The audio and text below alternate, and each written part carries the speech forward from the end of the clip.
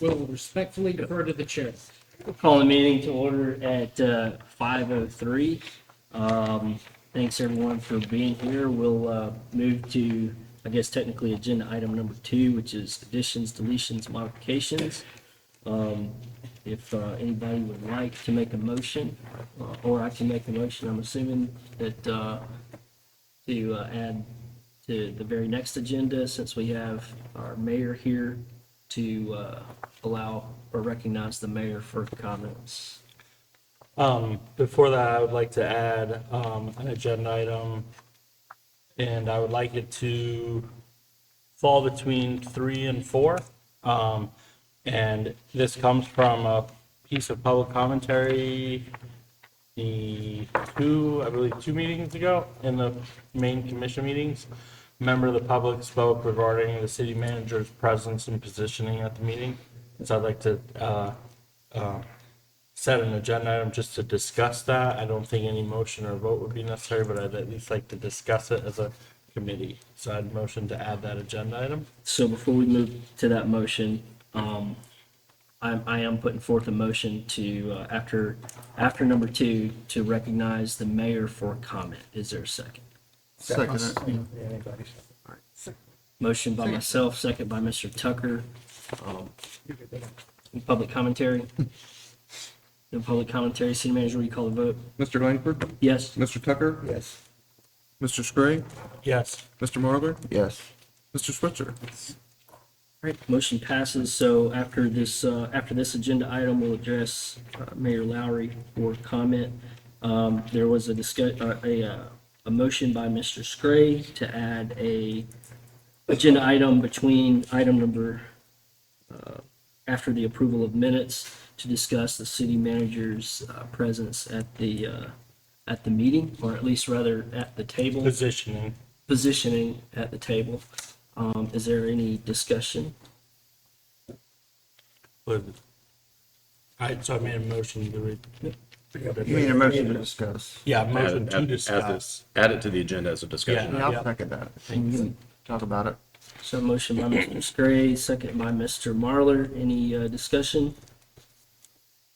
Any public commentary? None. City manager, will you call the vote? Mr. Scray? Yes. Mr. Marler? Yes. Mr. Tucker? Yes. Mr. Switzer? Yes. Chairman Langford? Yes, motion passes. So before the old item number 4, which would have been continued review of Article Section 1, we will discuss the city manager's attendance at the meeting. Are there any other additions, deletions, or modifications to the agenda? All right, nothing heard. Moving on to the new item number 3. We'll take this time to address Mayor Lowry for a comment. Thank you, Chairman Langford, and thank you, committee, for letting me come crash your party for a few minutes tonight. I just swore in last night, as y'all were aware. I purposefully did not come visit y'all during the recall campaign, simply because I didn't want to politicize y'all's work. Y'all are doing very important, critical yeoman's work, making sure our charter is properly updated and all of our governing documents, our core document of our very charter of our city is up to date, proper, and all of the disconnects are properly addressed. I just wanted to come publicly, look you in the eye, each of you, and say thank you for what you're doing, sincerely. And also, if you heard from my swearing-in speech last night, I did specifically talk about something I wanted to come address with all of y'all, and that is the city clerk. I know this has been a topic you guys have already gone through. I have watched your meetings online. I have followed up with y'all thus far, but I didn't want to come politicize what y'all do, because that was inappropriate to do. But now that I'm sworn in as the mayor, I want to work with y'all. I want to support you. If there's anything that I or the commission can do to support you guys, please let us know. We'll gladly do that. Your citizens doing your due diligence to help us make our government better. The least we can do is support you back. In terms of the city clerk, though, I'm a firm believer in that position. So basically what you guys have already come up with, I want to push forward. But I don't want to wait until April of 2027 to make that happen. I want to push that and go ahead and add that to, if we can, to the April referendum that will go out for Bay County. So there'll be a bunch of different municipal elections at that point anyway. if we can do this, I would like to push the city clerk forward and get our citizenship approval this spring so that we can hire a city clerk this year and begin to tag team that person with the city manager position. It makes sense to me to have a city manager. You guys have laid out in your charter updates to have a city manager dealing with operations and personnel. And then you have a city clerk dealing with resources and the policy regarding those resources and all types of, physical property, contracts, financial resources, all of the bean counting, right? The city clerk has that, and they're kind of a tag team, and they dual authenticate. So it's over a certain threshold, your city manager and your city clerk will both be required to put eyeballs on target, so to speak, right? And sign off on all of those transactions. If you have two good, rock-solid professionals, all that does is give you extra accountability. It adds to transparency, and it adds to trust and authentication, right? It just makes sense to me as a military guy that we do that. Hopefully, and I think I'm preaching to the choir here. You guys have already discussed this, so this is nothing new for y'all. But I want to go ahead and implement this summer versus waiting a year. And I wanted to ask if y'all would be violently opposed to that, or if y'all are good with it. And if you are, let's push it forward and have the commission discuss y'all's proposals. Let's solidify this and get it to need an award so we can get it before the voters this spring. What's the time frame of Yeah, getting I have this questions on that. for? Amy just confirmed it's due February 13th. If that is how we move forward, she will have to solidify the ballot language in the next week or two to get to the first meeting in February to approve or hold a special meeting for the commission to approve. The commission will have to adopt the ordinance. From my standpoint, we finished our work and it was up to the commission to Yeah, I thought decide we when, did, but if and that's how. As far as the city clerk. Yeah, we piece. finished Yeah, it, and it you was guys can just up take to- that, like Amy said, to So- ordinance. Yeah. I've noticed in other committee meetings in the past, a representative from the committee would go to present to the commission the work that they've completed on said topic. Would it be appropriate for us to have Mr. Langford present that at the next meeting or even sooner? In order to let them know, like, we're good. We're with the good with this one commission. piece and this is Yeah. our recommendation. If they want to and- bring that to what, Turn it into because an we had ordinance. talked about the November 2026 That's what I was ballot. confused I about. was not aware that we as Lynn Haven voters would have something in front of us before that. So I think here's kind of the way I see the municipal Super Tuesday is April the 21st. I don't, however, see on the supervisor of election website anything regarding Lynn Haven. There isn't. We will pay, Okay. You'd have to, we'll pay an extra 20 grand All for right, that. so here's kind of where I'm at with this. First of all, thank you, Mayor, for coming and providing your comments. I appreciate it. What I would like to see is the commission, this be discussed at the commission, and for this committee to be given direction based on what the commission feels appropriate. And I think through that discussion, what's going to be looked at is number one, the cost of doing it during the April election versus doing it during the August election, which is the primary election, August 18th, which I think at that point, Lynn Haven voters will have a ballot in front of them. So where I'm going with Is that all voters though, if it's a primary? Because primaries are often party specific. Yeah, it's a good point. It may or may not be. But I would be curious for that discussion at I your see where you're guys' going level with it, yeah. to happen, to provide us with direction on a timeline associated with that. If we don't do it, then the next opportunity would be November 3rd, which is the general election. So where I'm going with that is the juice worth the squeeze to spend the $20-something thousand that was already earmarked for, I believe, the recall election? So just for clarity, we will still have an invoice for that. Okay. Even though the election did not happen, the ballots went out. Oh, yeah, it's The still there. machines were certified. So my ask, Don't know that. Mr. Mayor, would be for the commission as a whole, discuss at length and determine what the best route of action would be. And to then, obviously provide that guidance to us, and we'll most certainly, at that point, if the decision is to proceed with a special election, we can definitely package what we have already completed, voted on, and closed, provide that to commission, and then you all can do with that as you see fit regarding the ballot. Fair. And if we're going to end up with a $20,000 bill, either way, whether we tag on to the municipal special election in April, August 18th, which is my birthday, by the way, that'll be easy to remember. But that's a primary, so, there's a dynamic there. I will double check. I'm curious to see if there is a possibility we have our own special election out of that sequence, just for Lynn Haven voters for this. And, part of it is, this is an important enough matter as we basically move from one chapter of the city to another, right? And we have a new police chief coming in. We're about to hire a new city manager. We've got a new mayor. We've got basically a whole new leadership team, minus the commission. They're obviously a big part of the leadership equation as well. But we're basically moving forward with a new team. And what we want to do is make sure that we do this in the most effective way possible. And it makes a lot of sense to me if we can go ahead and get the clerk based on the language that y'all have already come together with. If we can take that and put that before the people this spring, this summer, and get that approved, I would very much like to get that additional person on board. Actually, what that would do would relieve some of the day-to-day oversight of the city manager, and it would give more of a tag team versus a single point of failure, right? And so that's really where I want to go with that. The other potential thing that I understand y'all will be discussing tonight is the non-ad valorem. If y'all can come to a resolution with that, and it may take y'all a little while, I would rather do anything worth doing is worth doing right the first time, not having to piecemeal it, right?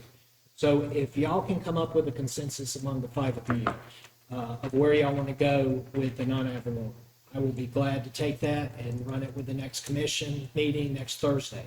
We'll discuss it. If we need to set up a joint meeting between the full commission and this full body, I will be glad to work that, and we can make that happen as well. I would love to collaborate with that formally. What I don't want to do is get in your way, and I don't want to step on toes. I want to be respectful of your time and the authority that we have given y'all and said, hey, you're our representatives. Y'all go work this and let us know what you come up with, right? I want to be respectful of that. But the non-ad valorem, if y'all come up with a resolution there, I would really like to hear it. Specifically, what I want is sunset language. We do not, and Chairman, I've heard you say this before in open meetings during public commentary, and I fully agree with it. Right now, with the current stormwater, my understanding has always been that it's indefinite. Our great-grandchildren currently are on tap for this until it's turned off. Ms. Myers just told me a few minutes ago that that's not the case, that it actually has to be an annual renewal, which was an honest surprise to me. So that changes the equation a little bit, but not a lot. And what I mean by that is we still need, if we come forward and ask the people to pay additional taxes to help our city, we need to be very clear, deliberate, precise. We need a start date and we need an end date. And what I ask you as a charter review committee, as y'all deliberate and consider what you think is appropriate to add for non-ad valorem language, I'm looking for that. I think any of us as individual citizens and taxpayers would like that clarity, right? And then a way, and we need to come up with a better way, and this will be a collaborative effort between the city manager and the PIO and the commission. But once they have a special tax like the stormwater, we need to do a better job of having some type of interface where someone could literally click on it and say, here's what we're doing with stormwater. And there are plenty of examples of municipalities out there that do that. The information is out there right now, but it's buried in normal budgetings, right? How can we make that more streamlined for your average, high school senior, a person fresh out of high school to look at that and go, okay, I see where they're spending my tax dollars at now, right? So if we can get there to a defined start and stop to sunset, and then some type of venue where it can be clearly displayed and understood by the common citizen, or a standard records request. Hey, I want to know what you're doing with my extra $300 y'all took from me this year for the stormwater, right? That's appropriate as well. But those are the mechanisms I'm looking for. It's just fairness and transparency. And if y'all can help us, the commission, noodle through that, I would greatly appreciate that. Yeah, I'll definitely address some of those comments once we get down to the section 1 or the Article 1, Section 6 discussion.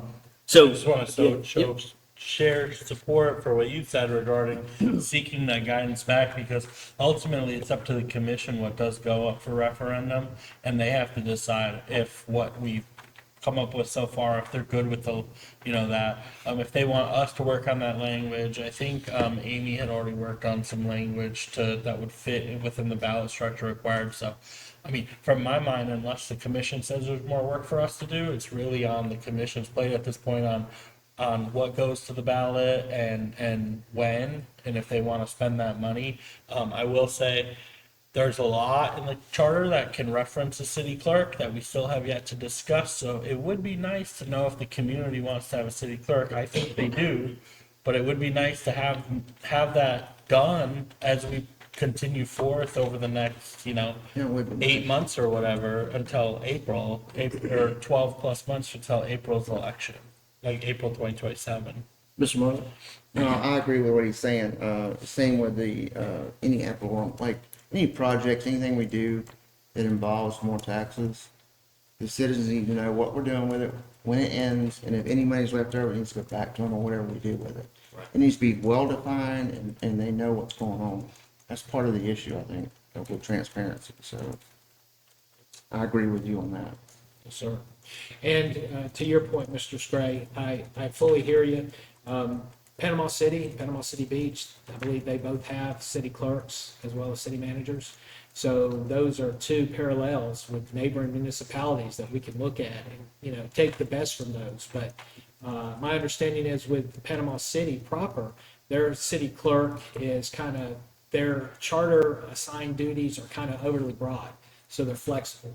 There are designated swim lanes for the city manager and there are designated swim lanes for the city clerk. The overarching parameters are clear, but the finite, is there's more flexibility there based on the person that plugs into that position.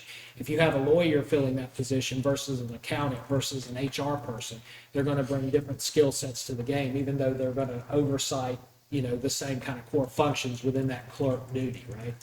So, but it would be bad faith of the commission if we came to y'all and had this formal organization that you spend 1.5 years, 2 years of your life working and supporting, and then we take what you just give us, chunk it out, and do our own thing. That's bad faith too as well. It's a collaborative effort. This is a total team effort. Again, thank y'all for what you do. We really want to be engaged with y'all, and frankly, I want to see the city clerk wording that y'all have already come up with. I really want to use that as the nexus for what goes forward. Obviously, there are limitations with like a 10-word title and 75 words or something like that for the ballot language. We'd have to work with y'all on that. But I want to take your core work, your meat, if you will, and put that into the package, put it on the grill, right? And ask the people to sign off on that. Ms. Kiki, did you have something? Would you mind if I make? No, not at all. ask a question? Not at all. So in your earlier discussions about the city clerk position, it sounded like you were headed towards a ministerial kind of role. The description that you gave last night, is more of a financial role. And I'm just curious of how we're going to balance those two, because it's, from an outsider's point of view, it looked like we were heading in a different direction than what we were. Well, I think what we, as a group here, if I recall, what we did was we said, the commission made it clear that they want to see that a clerk exists, or they at least want to put that to ballot. So what we gave them was the core recipe for that. The actual duties of the clerk falls on the commission to figure out. We didn't want to put the duties in the charter so specifically that they couldn't allow themselves any flexibility to say what a clerk could and couldn't do. So really, from my impression, and the other members can speak for themselves, if the commission wants to tweak the duties, that's something they do after it passes referendum. More of an HR issue, Yeah. if you will. Yeah, I think everybody's kind of right here, and Mr. Stray is correct. We kind of narrowed our focus to a larger umbrella records management style, and who that individual reports to versus we started down the road of the individual nuances. Oh, you're responsible for this and that, and then I think as we as a committee as a whole said, wait a second, let's kind of reel this thing back and leave that to the commission as a body to determine what's more appropriate for a city manager, what's more appropriate for a city clerk. So, and I don't have the exact language as to what we came up to. Miss CJ's not here, or we'd be able to pull it up, but that was at least our direction that we were headed. And that our goal that we were trying to accomplish was to, number one, identify or create the position. Number two, identify who that individual reports to. And then number three, just kind of the generalized notion to which direction we were moving instead of. Thank you, I appreciate that. It sounds like we've come to a more flexible understanding than the last time. I can remember we had talked about it, and then Amy was like, well, I think she suggested to kind of make it a little higher level than like the task oriented. Yeah, because you could always, and what you put in here was, duties as assigned by the city commission. Correct. So You tie it you into come that, back, it's right. there. So you got the core, like you're the official custodian of records, and you're the clerk of the elections, and then whatever else the city commission assigns, well, it's more about job duties, which is what you have right now. We didn't want to put a position description in the charter. That's not the place for it. However, when I hear financial side, you're speaking, it sounds more like, I think it's Panama City, not Panama City Beach. It has a clerk/treasurer. It's the title. Yes, of that. So- And honestly, I would ask you gentlemen to consider, if you'll just revisit this one more time tonight. I don't want to try to drive your agenda. I'll get out of here in a few minutes, but if y'all would just kind of relook at this tonight, just in the slightest. What I'm looking for, and here's how I envision this going, and hopefully y'all see it the same way I do. Your city manager, personnel, and operations, right? They deal with the people, they deal with the issues, the firefighting, all that stuff all day long. The city clerk, I see more of the policy, the records, the administrative, the election type official, but also the resources. The resources are so huge, and kind of the policy guru. So policy is important. Anybody who's counting beans and handling the public's treasure, if you will, should be well versed in policy, the rights and wrongs, the acquisitions, the stuff Mr. Stray is really good at, right? Those types of, money-oriented processes should all fall under one person. And if the city manager is doing the day-to-day firefighting, answering the mail, working with the people and issues, that's what I envision the city clerk doing, right? So whatever general guidelines or swim lanes y'all are willing to set in terms of a recommendation to the commission for next week, I would love to have. I don't think anybody here or the rest of the commission will be violently opposed to that, because we all kind of agree that having a 2 senior leader tag team is a very, very good thing. Both of these being direct reports to the city commission, just like the attorney, right, city attorney. And those are your day-to-day senior leaders handling their respective parts of the machine, their wheelhouses, if you will, right? So that's kind of what I'm looking at. I'm coming to y'all to say, hey, I'm here. Thank you for having me. I appreciate what y'all do. Oh, by the way, if y'all are good with this, this is what I want to do, and I want to move forward with that. If y'all need a little more time, so be it. We're not enamored to or wed to the April municipal elections for the other places, because Lynn Haven, frankly, wasn't going to participate anyway. But if we're going to have our own special election, and y'all need a little more time, let's just do it right. But let's do this. If y'all are good with it, I want to do it. I want to take it to the rest of the commission. And the 2 things I would really like to see on there is the approval from the people of Lynn Haven for the city clerk, and some type of guidance and swim lanes on non-advalorums. We don't necessarily have to handcuff ourselves, but what we need to do is make it very clear from the word go, because annual authorizations, I found out today, are required. Anything we propose to the people, and we're going to take extra money out of your pocketbook for this, we need to have a very clear explanation of why, for how long, and when it will end. And if we can't do that, we're not doing our jobs. So, y'all got any questions for me before I get out of your hair and let y'all do what y'all need to do? Thank you for your hospitality, by the way. Absolutely. I don't Any have questions? So before we move on, and Mayor, thank you for stopping by and providing comments and kind of some thoughtful topics for us to consider going forward. I think we as a body appreciate that, number one. Number two, as far as the timing of all of this, I definitely don't think we need to rush to failure here. I think we need to get it right, especially if we're going to spend, over $20,000 on a special election. Whether we do that in April or June, I don't think makes that much of a difference. But I definitely think there's some value added there in getting some of these items moved forward. As far as kind of finalizing the city clerk duties, tasks, positions, etc. That is something that we have kind of slapped the table on and finalized in a sense, to the extent that there are some things in the charter that we said, well, this is, even though it has a city clerk flavor, it needs to go in this area of the charter, and we've not gotten to that area yet. But for the intent of what you're talking about, of or creating the position rather, and establishing some 30,000-foot responsibilities, we finalized that portion, and I'm fully prepared and ready to go and brief the commission on whatever it is that's requested from us. Regarding the non-ad valorem stuff, that's a very complex challenge that we have, and we're going to obviously continue discussing that tonight.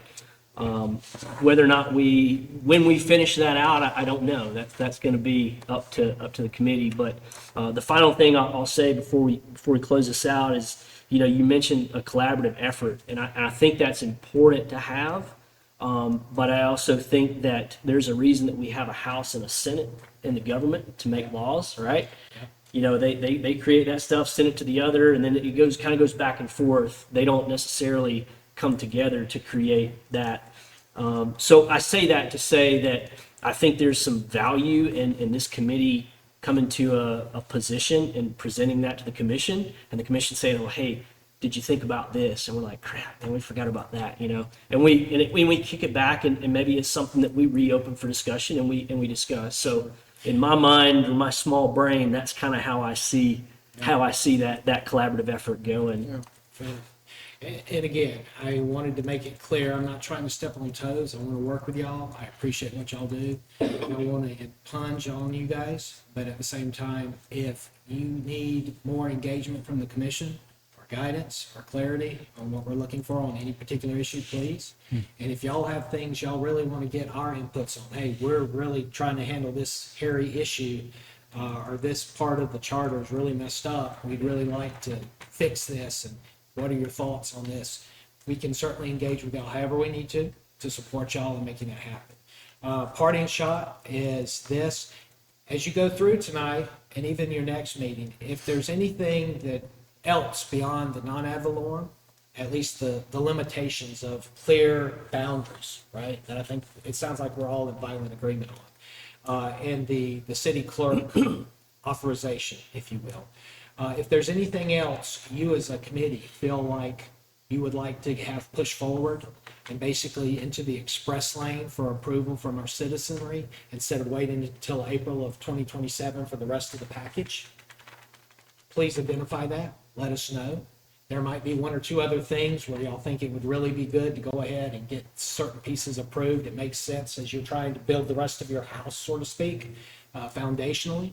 If so, let us know, and we can look at trying to put that in as well. But if we're going to pay the $20,000, let's say, to have a special election to authorize us to do a clerk, to really bring in a key senior leader into our organization, it's not going to cost us any more or less money if we have one or two questions or we have 3 or 4 questions on there. As long as they're clear, they're deliberate, and they're needed, and they add value to our organization, it makes sense for us to just go ahead and get that all done at once. So I'll lean on y'all, the 5 of you and your advisors, to figure that out. But if there is anything else, please let me know. Awesome. Thank you. Thank y'all. Appreciate it. I appreciate y'all. Appreciate it. I'm going to see my way out. Y'all have a good rest of your night. All right, you too. Take care. All right, so that's comments from Mayor Lowry. We'll move on to the item number 3, which is approval of the minutes from January the 7th meeting. Is there a motion for approval? Motion to approve. Motion to approve by Mr. Scray. Is there a second? Second. Any discussion? No public commentary. City manager, will you call the vote? Mr. Scray? Yes. Mr. Switzer? Yes. Mr. Marlar? Yes. Mr. Tucker? Yes. Chairman Langford? Yes, motion passes. So for the added discussion item after number 3, we'll turn it over to Mr. Scray to discuss the city manager's presence at the charter meetings. Thank you. So like I said, I don't remember if it was exactly 1 or 2 meetings ago. I had a couple of special meetings mixed in there. But a member of the public spoke during public commentary to the commission and expressed concern with the city manager's presence at the meeting. I think it's important to note said member of the public was on the previous committee, and that committee, members of that committee had expressed concern with the previous city manager and how those meetings were conducted. I delineate that we are not that committee. In fact, no member of that committee is on the committee today. I think probably and potentially the only consistent people that are coming to our meetings, I don't know if Kevin was present at those previous ones. Yeah, I went to all those. So Kevin and CJ, when she's here, are the only carryover members. So I want to make that important note before I continue to discuss this. So I discussed with Mrs. Myers after that meeting. I asked her to look into it and brief Kevin because he would be here. So in the charter, it specifically states the city manager must attend these meetings. Now, I want to, eventually when we get there, I want to talk about allowing the city manager the option through the charter to delegate somebody to attend the meetings on their behalf. Because Lynn Haven used to have a few committees. We have a lot of committees now. I don't know when Chris ever gets to see his family if there's committee meetings every day of the night. And whoever's city manager, like I get it, that's what they signed up for, but being in the military, you delegate certain things. Attending a committee meeting, it's a delegation thing. Now, if we as a committee are like, hey, to the delegate, hey, we'd like the city manager to be here for this next meeting specifically, I'm sure they can accommodate that request. But for most part, I don't think the city manager specifically needs to be at every single committee meeting. So I do want to discuss that when we get to that part. But in the interim, what I do want to ask, and I don't think we need a vote for this, just kind of like a general like head nod, maybe unless Kevin says otherwise, but my understanding is that because he needs to be physically present, it's really up to us from a decorum aspect on where he sits in this room. I have no problem with the city manager sitting where he is. In fact, the last meeting, I specifically asked him for input. I think other members of the board have asked for input. So I wanted to ask on record, do any members of our committee have any issue at all with the city manager sitting at the table where he does in our meetings? I like for him to just cross over. Just switch with Kevin. We can make, I mean, we can make that. Designated seat, you know. But it's not only that he shall attend, it's also Has a voice, but not a take vote. part in the discussion. Right, So it's like, No, yeah. I mean, what difference is it whether it's, here or there? I mean, Agreed, and that's why I it wanted depends to make sure. on the space and the building you're in. I get it, some are different. If the 5 of us don't have a problem with it, then I don't see why any problem exists. And I wanted to put that concern to rest, that if any of the 5 of us have a concern with this, I think You now just is the want it time on to record, say. basically. Right, that none of the, I don't have a problem with it, does anybody else? No. To me, it felt Can I like, ask you, Yeah. did the prior committee feel like they got run over? Members of that committee did say that. This group's not gonna get run over. No. to me, it feels like the old committee, just from what I've heard, kind of felt like under the thumb of the last city manager, and Right. Like it was driving everything. I don't feel Yeah. that with Totally. Chris. I mean, I don't recall that the city manager has spoke out once, and let's request it in the, Yeah. 4 meetings we've had? 3, 4 meetings? And I want him to if it's something that's imperative. But that's why, like last meeting, I specifically wanted to know from the city manager perspective about things we were talking about. So I, invited discussions. Yeah, Yeah, don't I think you'll welcome have Chris. anything I to welcome do. Chris. So- So On the record, none of us have a problem with city manager sitting right there for the rest of this committee's if you brought existence. pizza, it might be. So, Discuss, just don't discuss too much.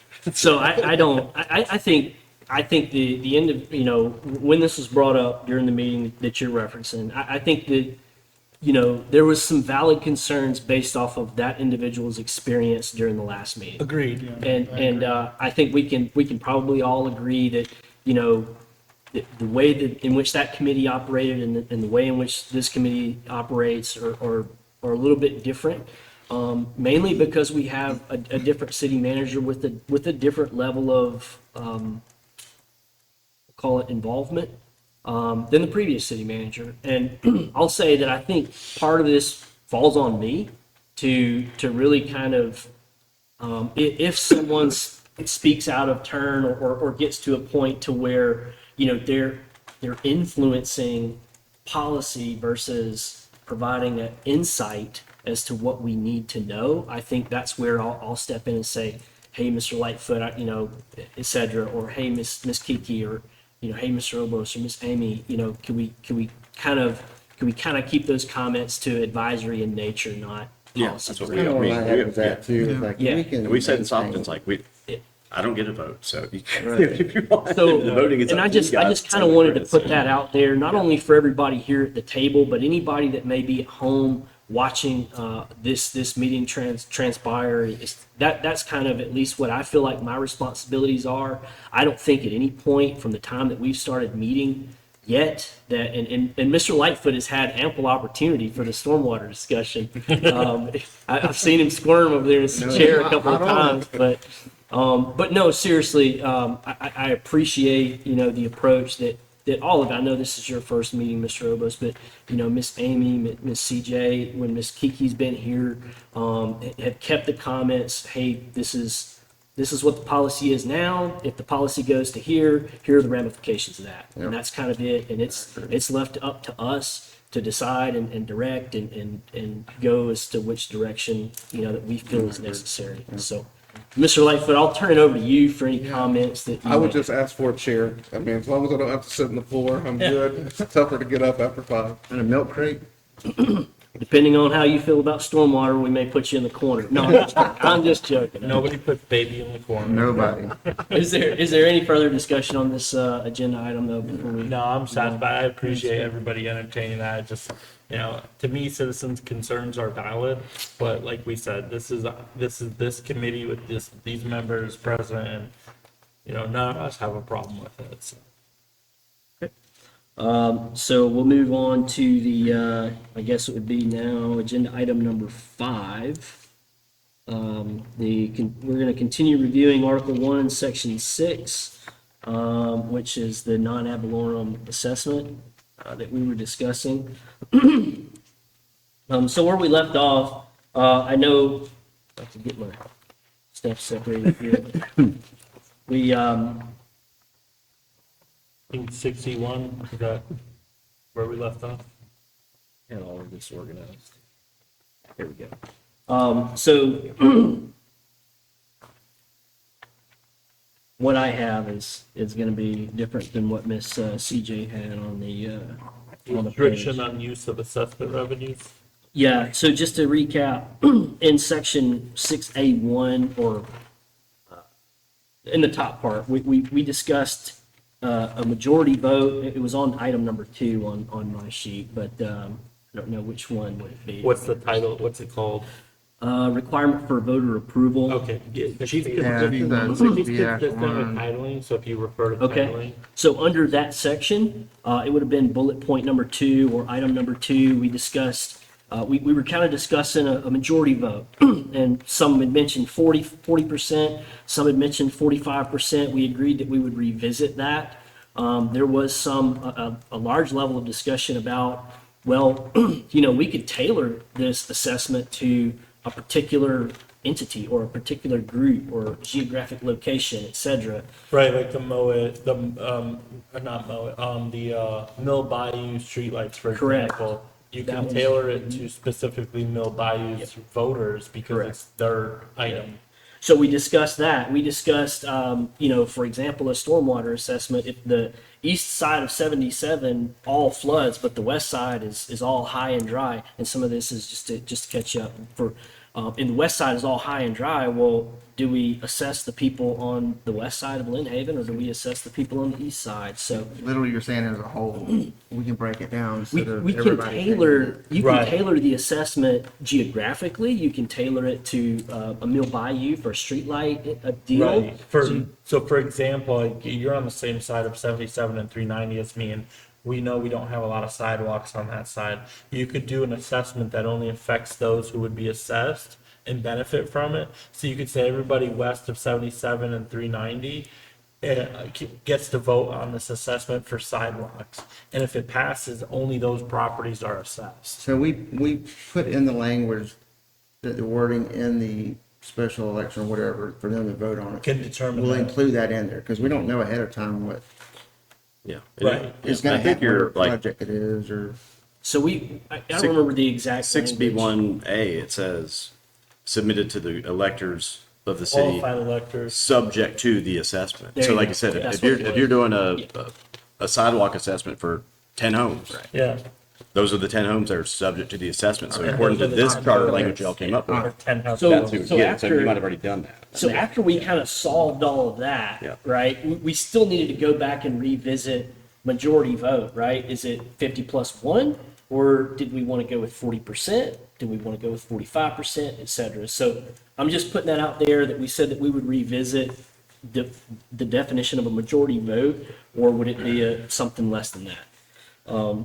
The second, oh, go ahead. What is it now on this? So it's in Florida in general, it's a majority means 50% plus one 50 vote. plus one. Yeah, and so I brought up a lot of research that it started with, and we'll visit there later, the potential for the runoffs and things like that. But Yeah, yeah, the- all that. then it came up on this that, well, technically, because of home rule, we could decide what the success percentage is on various things. So in this, specifically to non-ad valorem, we talked about what would be the bare minimum that we would be willing to accept for non-ad valorem assessments, and that's what we would revisit. We talked about 40 or 45%. I think if I recall correctly, if it was everybody, regardless of what I said last meeting, I've thought about a sense on it. My Right. position is, if it's a non-ad valorem assessment and it's for everybody in the city, I think then it's okay to look at maybe potentially a lower bar. But if you're doing something that's very specific or unique to only those affected, I think the 50% plus one is appropriate there. However, I'm open to having the charter say something to the effect of letting the commission determine on that specific non-ad valorem referendum. What the percentage is. Right, no less than 45%, but also up to 50% plus one. Right. So if they wanted to say, look, it's 48% plus one, they could, something like that. Yes, sir. Throw one more wrinkle in for you guys. Nuisance abatement. We do cleaning liens, right? So code enforcement goes out, homeowner won't do anything, we spend $15,000, tear the house down. Put a lien on there. It'll never get paid unless they sell it or refinance. What we were able to do with non-ad valorem assessments is convert that or collect that lien with a non-ad, so we put it on the tax bill as a non-ad valorem. And if they're the only one assessed, they're gonna vote That no you go to on it. referendum and they're gonna vote no, like, Kind of my question on when it's tailored down to such, if it's small projects. Those people are gonna be like, wait, not everybody's paying it, I just am, I'm not gonna vote Well, yes. right, and I think like for an example, like if you know it's something that benefits 10 homes and those 10 homes are gonna be the ones assessed by it, I think at the point that it reaches the non-ad valorem assessment going on the ballot, there's likely, and I would hope there's been discussion with those 10 homes, how it's going to affect them, how much it's going to be, to the point where they know if out of those 10 homes, if 6 are okay with it, or all 10 are okay with it, or only 3 are okay with it. Like long before it goes to referendum, if the city's done their job, they know if the people that would be affected by that referendum, when it's small like that, they would know how they feel about it. Now, if it's a citywide or a mass one, then of course it's different. Yeah, that's what I was saying, like, Yeah. it's so But different. yeah, I mean, if it's 10 houses affected though, I think I think before it ever hits the ballot, You would know. You know if it's gonna pass or not. My thing was if you had 40 people, 40% that say yes and it passes, you had 60 who said no. Yeah, and they were mad So about it's it. like, you know, how, it's a balance that we're looking for, I think. So a question on dollars. This says the election, so we have 40 homes that we're gonna look at. Are you saying that this has to go to a ballot? That's what the It can. signage is. Every We're one gonna of them. spend $20,000 for 40 No. homes? Well, I don't think the commission would do a special election for such It thing. would I wait. think you would do it on whatever the next occurring regular election. So that would strongly object so to what- that. Or you could consider making these charter limitations only apply to citywide assessments, like Right. stormwater, parks, So police, affecting fire, all electors. like it. That's one way to do it, so you're not, Yeah. So what we you're, discussed. so that way you don't worry about the nuisance abatements, you don't worry about the 8 people that want a That's what I'm sidewalk. saying, yeah, it gets very. If you're talking citywide assessments, So the intent behind this whole thing, right, was in order to put it on the ballot, it was a new tax. Essentially, I know it's called an assessment, it was a new tax, but by going on the ballot, you're approving the voters by referendum are approving the city up to, I believe it was 4 years. Yeah, not to exceed 4 years to each year there to comply with Florida statute. It has, like the mayor mentioned, it has to be approved every year. The residents are allowing the city, they're saying, hey, we're approving you guys to have this in place for the next 4 years. Every year you have the opportunity to approve it, right? They could try it, the voters could say, hey, we're signing up for this for 4 years. And the city votes on it, they do it for 1 year and they're like, nope, we're done. We don't want to do this anymore. So And they we can just cut eat it the off, tax? right? I mean, Yeah. we eat, Say again? we eat the cost then if they. No, you no, just no, don't, so you there's just no don't, you don't cost. do the assessment. Yeah, so, Yeah, they just. It's like a spigot retract you the can turn on and assessment. off. Yeah, they have the option. So it's basically, we've given you a tool and it's up to you if you decide to use the tool. or Okay. not. for 4 I got years. you. I got So, and you're not gonna have a special election that's gonna cost you $20,000 to start this 4-year clock. That election would be aligned with a normal election, whether it's for seats, the mayor and 1 and 2, or seats 3 and 4. So it's not gonna be Every a. 4 years. Yeah, I mean, if we're having to spend $20,000 to create an election for an assessment for doesn't make streetlights, sense. and we've got other issues that we need to So solve. to Kevin's point, he said about you could limit it to only citywide ones, Or, right? Right? affects more than 80% Right. of the, something But- like that. So you're but- not talking about these small ones. I don't want to necessarily take out the nuisance. I want to talk more about the nuisance abatement thing. But to that note, if we can in the charter specify that, we could also say that these can only occur on regularly occurring city elections. You can, we So that way they cannot spend $20,000 on a 10 house. And I would assume we would, but we still gotta decide on like, I kinda see where you're going. Well, it's something we hadn't already discussed, so I appreciate you bringing it up. So, and I don't know if because I have the extra copy here. So this is what I had provided to everyone before the last meeting.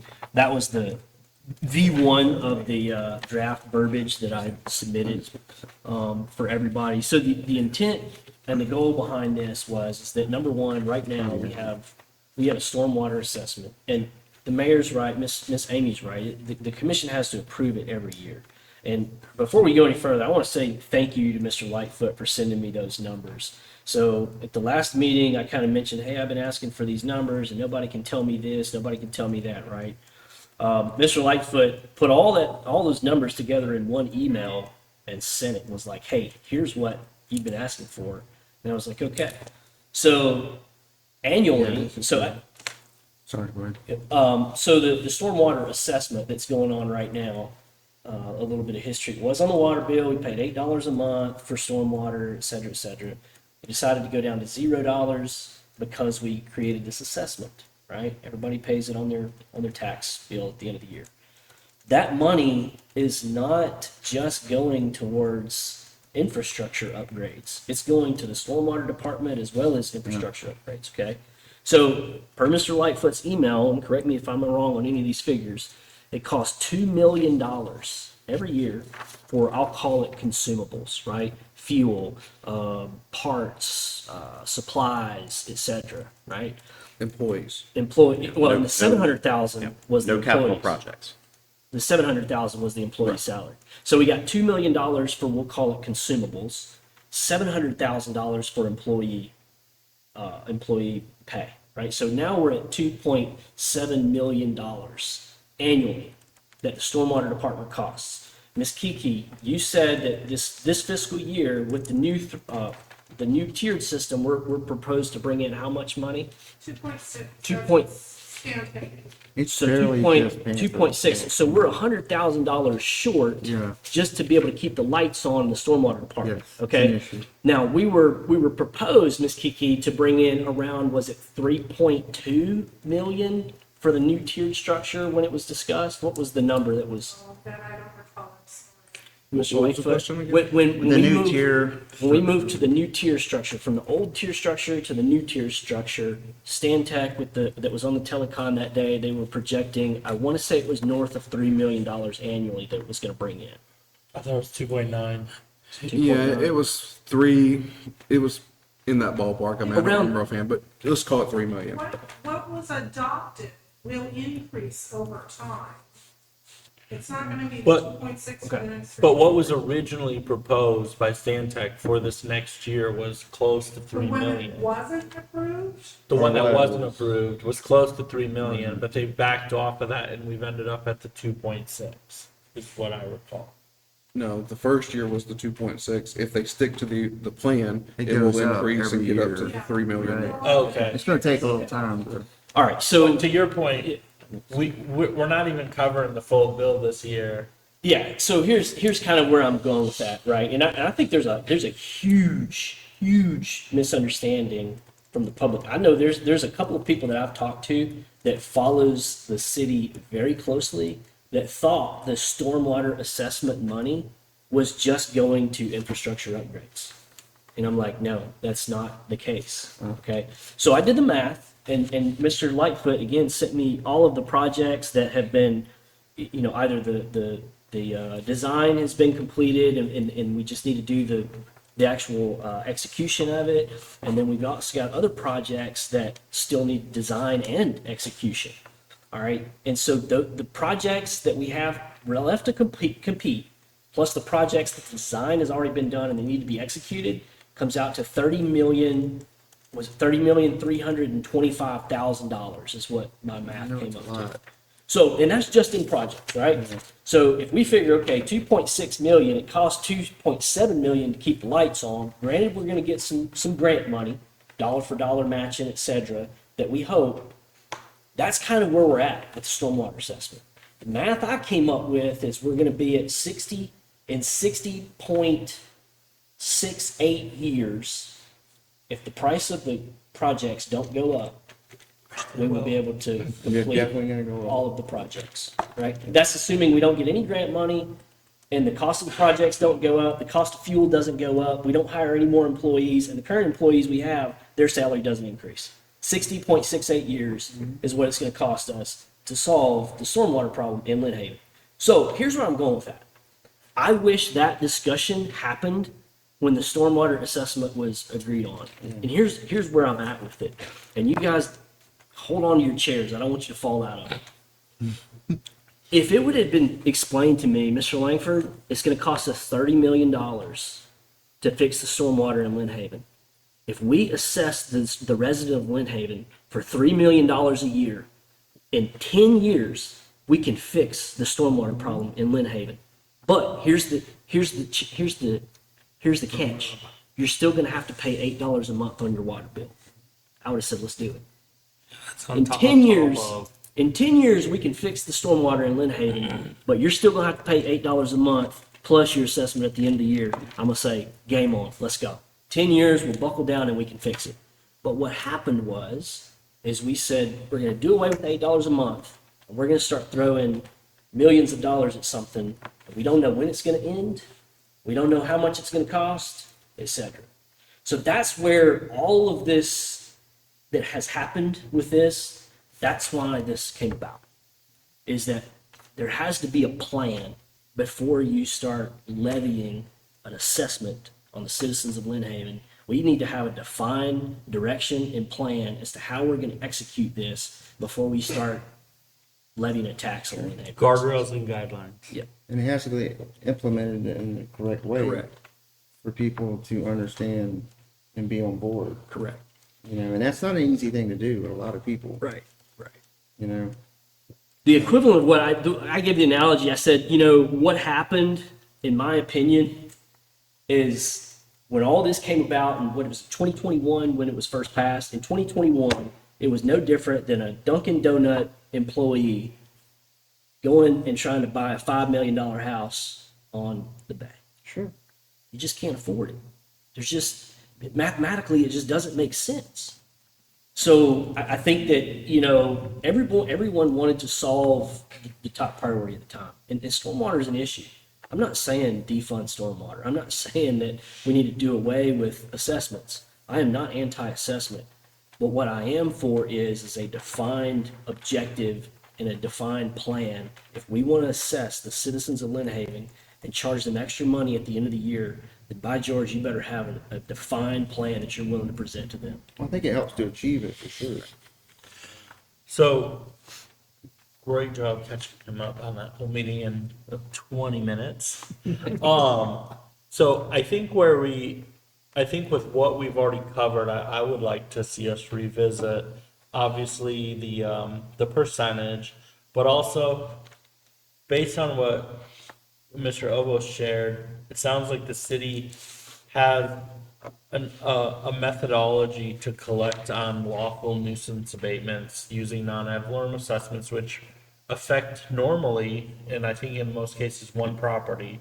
And sometimes, we'll bundle it together, but it's, Bundle it as in it's. well, we'll do one resolution, but it's each Each one of property those is special affected, assessments yeah. is, If your abatement Yeah. costed $5,000, you're paying $5,000. right, like I said, Okay. we might do Um, 5 at a time, but each right, one is just right. really for one person. Do these, I guess, these are all tied to some legal case file number or whatever? I guess, what's the legal process for determining that these were lawful? Because it's done by ordinance or resolution or? Yeah. Well, it's the process is code enforcement. Okay. Right, so you go send violation. And again, this is not code violations where we're fining people. This is only if the city of Lynn Haven spends money to go and To abate your property. property, tear down the house, whatever. Right, so we spent And so they $5 or obviously- mow the grass, it might be $900. Yeah, so they've And been they- told to, what they needed to do, they didn't do it, Didn't so do the it. city did it. So we did it for So them. the city then tells them, you owe us this money, And they we put don't and we pay put a it, lien on their property. but they don't pay They don't it. pay the lien. And so then the next avenue is to do a non-ad valorem assessment to collect it via the taxes. That is And the taxes get paid, and if they don't, then there's that somebody buys a process. certificate and the city Right. gets paid. And Okay. Yeah. Is it, I guess, my question is it lawful within Florida for us as us on the committee, could we put in a carve out that says an exception that the city commission can without a vote, obviously they don't have to vote on referendum at all. So I mean, at this point, we're writing the rules for the city. Right. Right? So we could write a rule effectively that says the exception for lawful nuisance abatement collection, if it affects one property. I wouldn't even that- say nuisance abatement. I would say, for any non-ad valorem assessment Affecting that only one affects property. one, that doesn't need to go to referendum because it'll get shot down. Yeah, what do you think? And I would, about like I that? said, you might want to look at, if the problem you're trying to address is the citywide stuff, like stormwater or whatever, So you could say, put some other threshold in there. on like- 75% of. it would be on the six city. B one, all non-ad valorem assessments proposed by the city of Lynn Haven shall be submitted to the qualified electors of the city when 2 or more properties are subjected to the proposed assessment for approval by referendum during a normal election cycle. Does that give them the exception to assess one property then?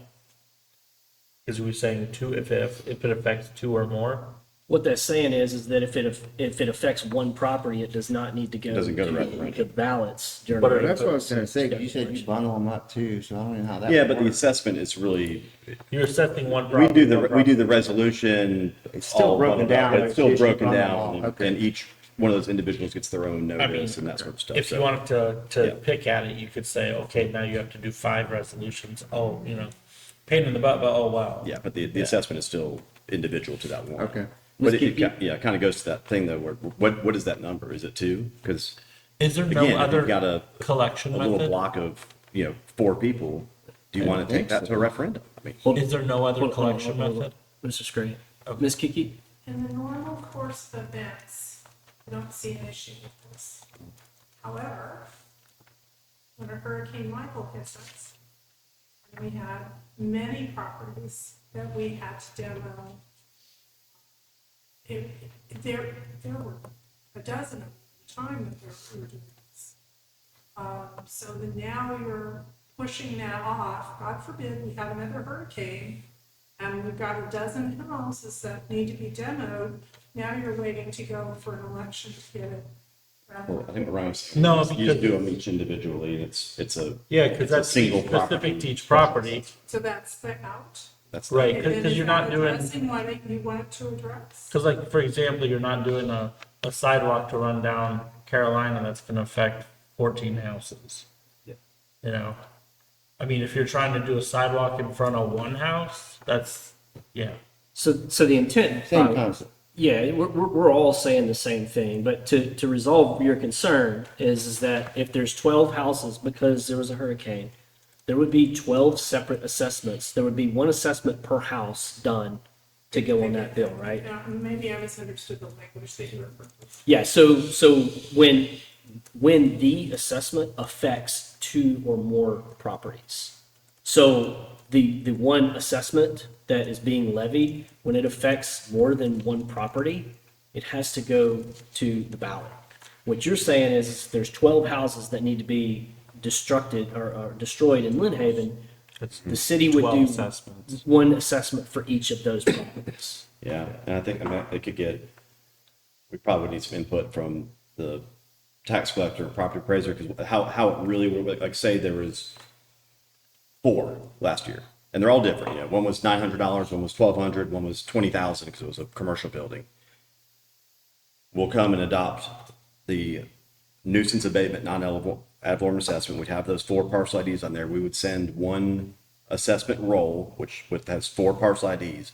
So I could see that being interpreted as that's one non-ad valorem assessment that only affected 4 properties. So now, so are we going to hammer the county and the tax collector with, 4 different rolls, so to speak, and they're all one? So I mean, I could. Could you, time frame wise? Nuisance abatement, you send the letter. From letter 1 till the actual closing on the courthouse steps or whatever you do with the tax on, what's the usual time frame? Normal. Over a year. Over a year. I mean, not closing, but as far as getting the assessment on so we do it, year by year. And there's been several years that we've had none, like code enforcement got everything cleaned up. We didn't have to tear anything down. So there might be years where there's 0, but there's some where, hey, we had to go tear down these 2 houses. As long as before September 15th, we come back and we say, okay, well, they never paid some people pay the lien. They pay the assessment. It doesn't get to that point. This is just a collection method to say, look, you haven't paid and we're not going to wait around for you to refinance or sell your house in 12 years. We want to get our $8,000 back. And if this property has a bank mortgage on it, the bank's not going to allow this, and they're gonna go in and pay for it. Yep. Sure. Yeah, they're not gonna give up the property for $2,000. Right. So if there is this level of concern about if we're going to have more than one house per year in an event like Hurricane Michael, I mean, if it's valid to call out, like Mr. Scray nuisance said, abatement. a nuisance abatement, then we can add language to do that. That's easy. That's not a hard. So I think instead of the 2 properties, I like what you added at the end. And so 6B1A, what is now all non-ad valorem assessments proposed by the city of Lynn Haven shall be submitted to the qualified electors of the city subject to the proposed assessment for approval by referendum, adding in at the next regular election for city of Lynn Haven electors. New sentence, this does not apply to assessments affecting a single property for nuisance abatement. What do we want to add the word collection, recollection, collection, anything like that? Nuisance abatement Costs. assessment. Yeah, I mean, Would it not? it's a, I don't know what we call it, we can Costs. look, Costs. nuisance abatement costs, yeah. Okay. Yeah, so I think, because are we utilizing non-ad valorem assessments in any other way in the city of Lynn Haven? Stormwater nuisance abatement, right? Do Yeah. other cities nearby use them in any other method that we're not? Fire assessment. Yeah. Okay, Yeah, and we've talked fire at is very length good. about fire assessment because the state specifically called that one out. Mm-hmm.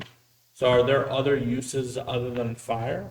Lighting districts, What's that? lighting. Lighting districts? Yeah. And that, but that's something where the rest of what we're writing would apply. Mr. Langford is very adamant that he would want to see that on the ballot. Yeah, and there's all sorts of, I mean, the whole thing about the non-ad valorem assessment is you have to provide a special benefit to a property. Yeah. Can't be taxed. That's And the caveat here is we can do all that if it gets approved.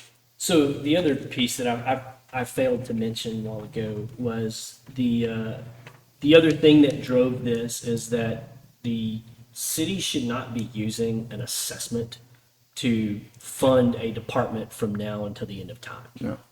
It's not meant to replace a general fund line item. It's not meant to, it's meant to, assessments are very beneficial for cities to address emerging threats, infrastructure issues that need immediate funding that's dedicated to that. That's what that's there for. It's not meant to replace the taxes of Lynn Haven residents. So, Payroll. yeah, Well, I yeah, mean, to me, I say the word projects, it's project funds. sure, more or less. sure.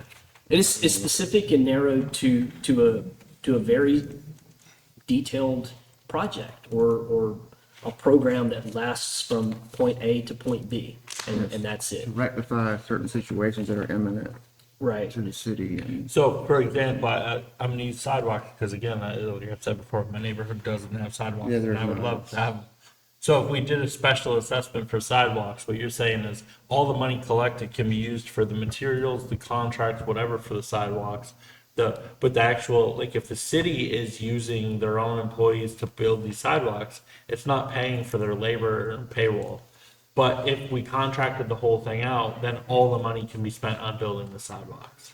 So we'll get into the Is that- restriction on use of assessment revenues a little bit later on and see. I'm just asking because you brought it up. Yeah, so the intent is that the assessment would pay for, I don't think we went into detail as far as whether we could use city employees to do the task. I don't think we delineate, or I didn't delineate that.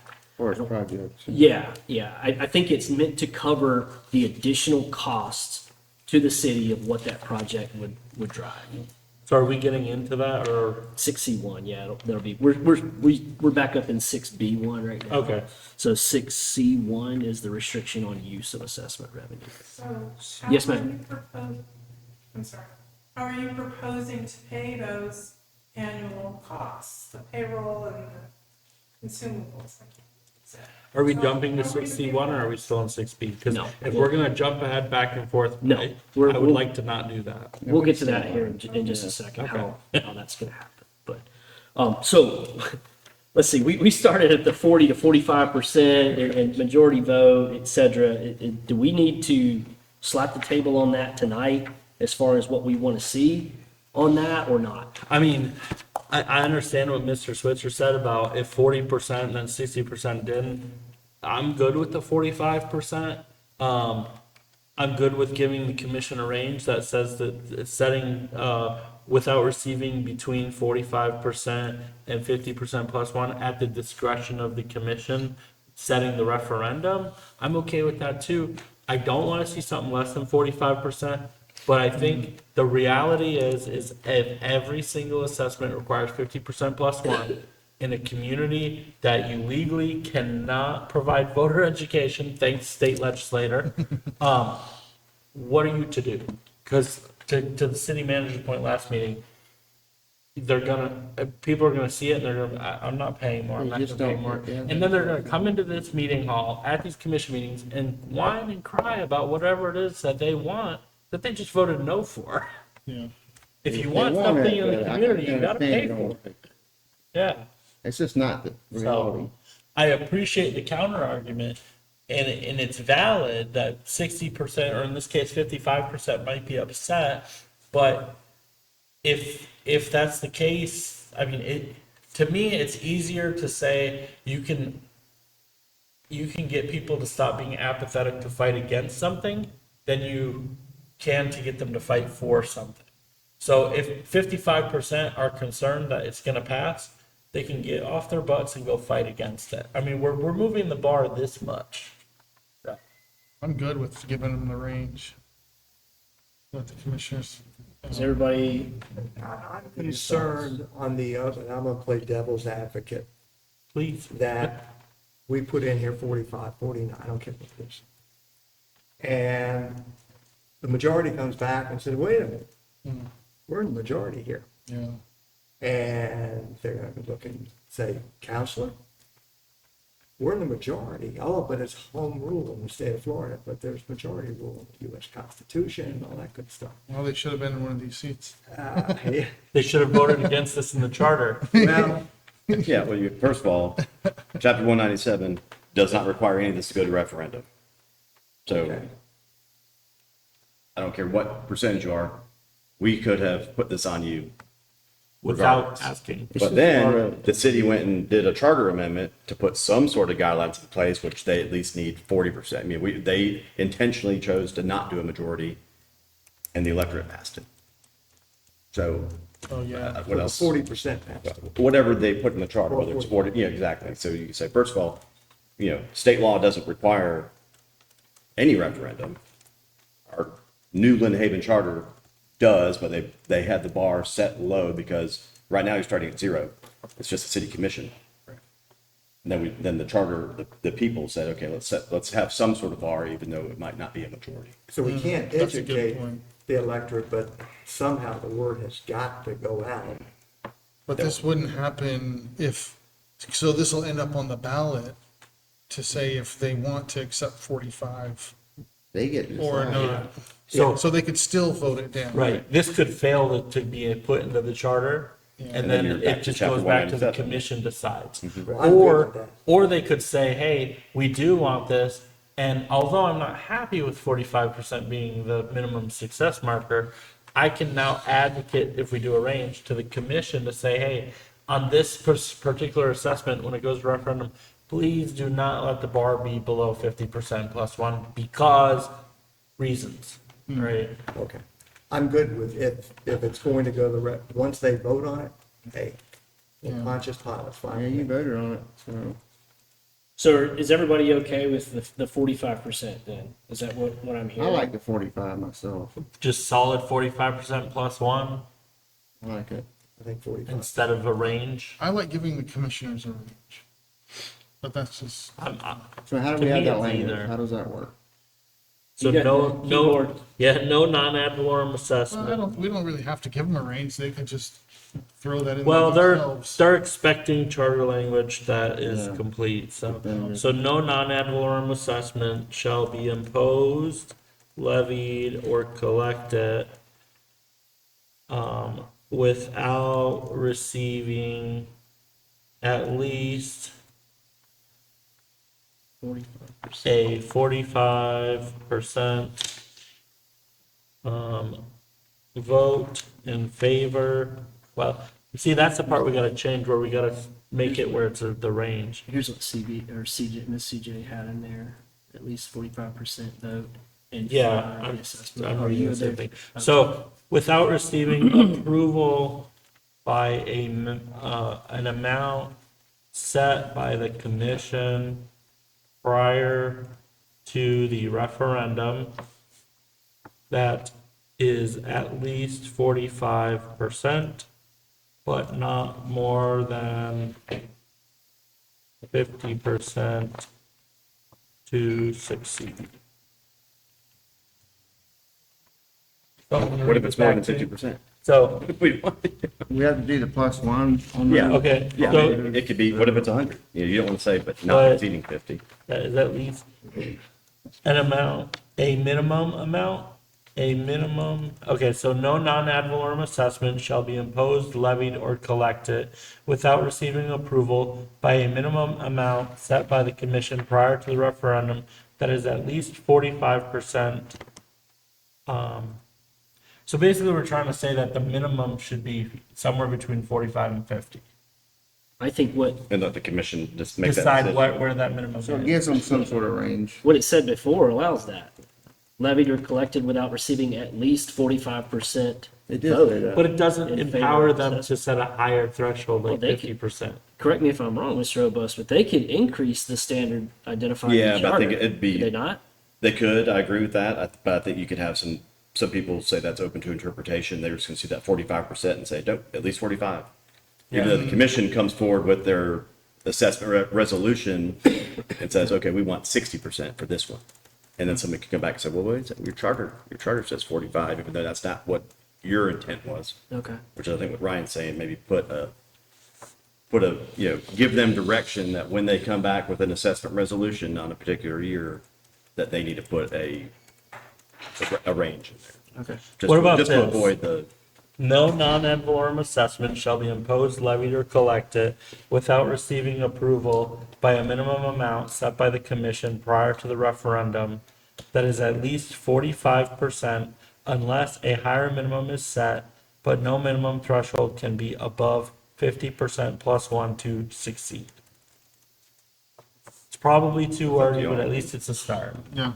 Does that say better that the commission can choose? that, to me, that portrays that. The commission that can't you say want the commission 60%. to put a range in there. But they can meet the standard 50+1, or they can decide, hey, we're gonna go with We're gonna 45. go with 45. Yeah, what I don't want is I don't want the commission to say, well, this one's gotta do 60%. There you go. That's not what we're Because after. then we're getting out totally out of it, you know. Yeah, if they say 60, it's basically, we don't want this to pass. Right, we don't want it. So you gotta keep them somewhere in the standard. I think we're at a point, if you could just put a note to the side of that paragraph to say, hey, we'll come back and clean up the wording, but we, as a committee, agree that we want to provide the commission with a range of 45 to 50 plus one. And we'll come back and clean up the word salad a Okay. little bit later. Just for the purposes of continue Yeah, yeah. moving on through the chapter. So I don't want to get that's- hung up on one 6B1, 6B1. A and B. And Ryan, you're gonna email me that? Yeah, oh yeah. Oh, yeah. So we've gone through 6B1A and 6B1B. Well, we've gone through all of those. I know, but with revisiting, we revisited those two. The other thing you need to copy and paste that in is in the 6B2, paragraph B. We have that highlighted as Okay. well, that those two numbers needed to match. Whatever that 6B2B B. also needs the same change. Two, yeah. And that was just to match the lexicon and the standards. Beyond the 4-year term. That's the any continuation, renewal, or reauthorization. You see that? It's highlighted in the very next section. It's the next highlight where it says at least 45%. So And you can almost do that one as, we're gonna as match this. at least the same Right, yeah, voter I approval agree. as was required for that particular. that way- assessment. Yeah, It's the I'm just language taking a match. note that's letting CJ know it needs to match. Okay. Okay. I agree. Um, So now are we ready for 6C? yeah. I'm sorry, I can't. No, go it's back and okay. forth like That's all that. right. Well, we talked about the limit on annual increases. The insert index there was the verbiage from the Florida statute that Miss Amy was going to send that to Miss CJ. Okay. And that verbiage discusses the annual increases that are allowed for the fire assessment. Yeah, it's the exact same verbiage as the It's very wordy. It basically talks about the average growth in income index of the state of Florida. That Oh, that it can they'll publish it every year. Yeah, and it can yeah. increase that amount each year. Anything more than that has to go to a ballot. So we discussed that, and we were all like, yeah, let's just use the Yeah, same we verbiage. use that in Springfield for our fire. We added an index, and it references. I never talked about. Yeah. it. So moving on to 6C. And this is talking about the restrictions of use on the assessment revenues. So I guess we'll just start at paragraph A. But before we get into this too in depth, Ms. Kiki, what the intent of this is that some of the analogies that, or the analogy that we discussed last time was, well, first of all, all of this should apply to any assessment, with the exception of fire, because Florida statute already details fire assessments and how that works, how much it can increase, et cetera, right? Let's say the city of Lynn Haven said, we want to build stainless steel slides in all of our parks, okay? Everybody in Lynn Haven uses the parks, so we're going to assess all Lynn Haven residents, okay? Remember what we talked about before, it has to go to a ballot, right? So it goes to the ballot, but before it goes to the ballot, the city says, okay, well, how much is it going to cost to build these slides in the parks? Oh, we're going to have our own people, our Parks and Recs employees build the slides. We just need money to buy the slides. We're going to use our own employees. So we just need the money to build the slides. Well, how much do slides cost? Well, slides cost $1 million for all the slides, okay? So the city of Lynn Haven is going to be assessed for $1 million for that assessment, okay? So when that money comes in, that money is going to be used to purchase the slides. So that's how that's going to be funded. Now, if we want to shift gears over to the stormwater arena, well, we've got stormwater employees that have to be paid, et cetera. But Mr. Lightfoot could say, well, I'm gonna contract out 100% of this work and use contract employees to do all of these infrastructure upgrades if he chooses to do that. But all of that has to be identified from the get-go. Before that assessment even goes to the ballot, the commission has to decide, how is this going to happen? And that's what this is driving, is thought as to how are we going to execute what it is that we're Are we going to use our own manpower or no? Maybe it's going to be a hybrid approach. Maybe we're going to use city manpower plus contracted manpower, whatever the case may be. But they've got to come up with a cost, a number that's associated with completing that task. I understand. Okay. The history of how we got here was the assessment was supposed to pay for the maintenance of the stormwater. employees. The salaries and the consumables, that's what I took. Yep. Then the stormwater department for projects would go out and look for grants. That was the original theory of the case. Yep. Yep. So if you're flipping that script, and now the assessment is going to go for projects, we have no revenue stream to pay salaries. And here's what's going to happen.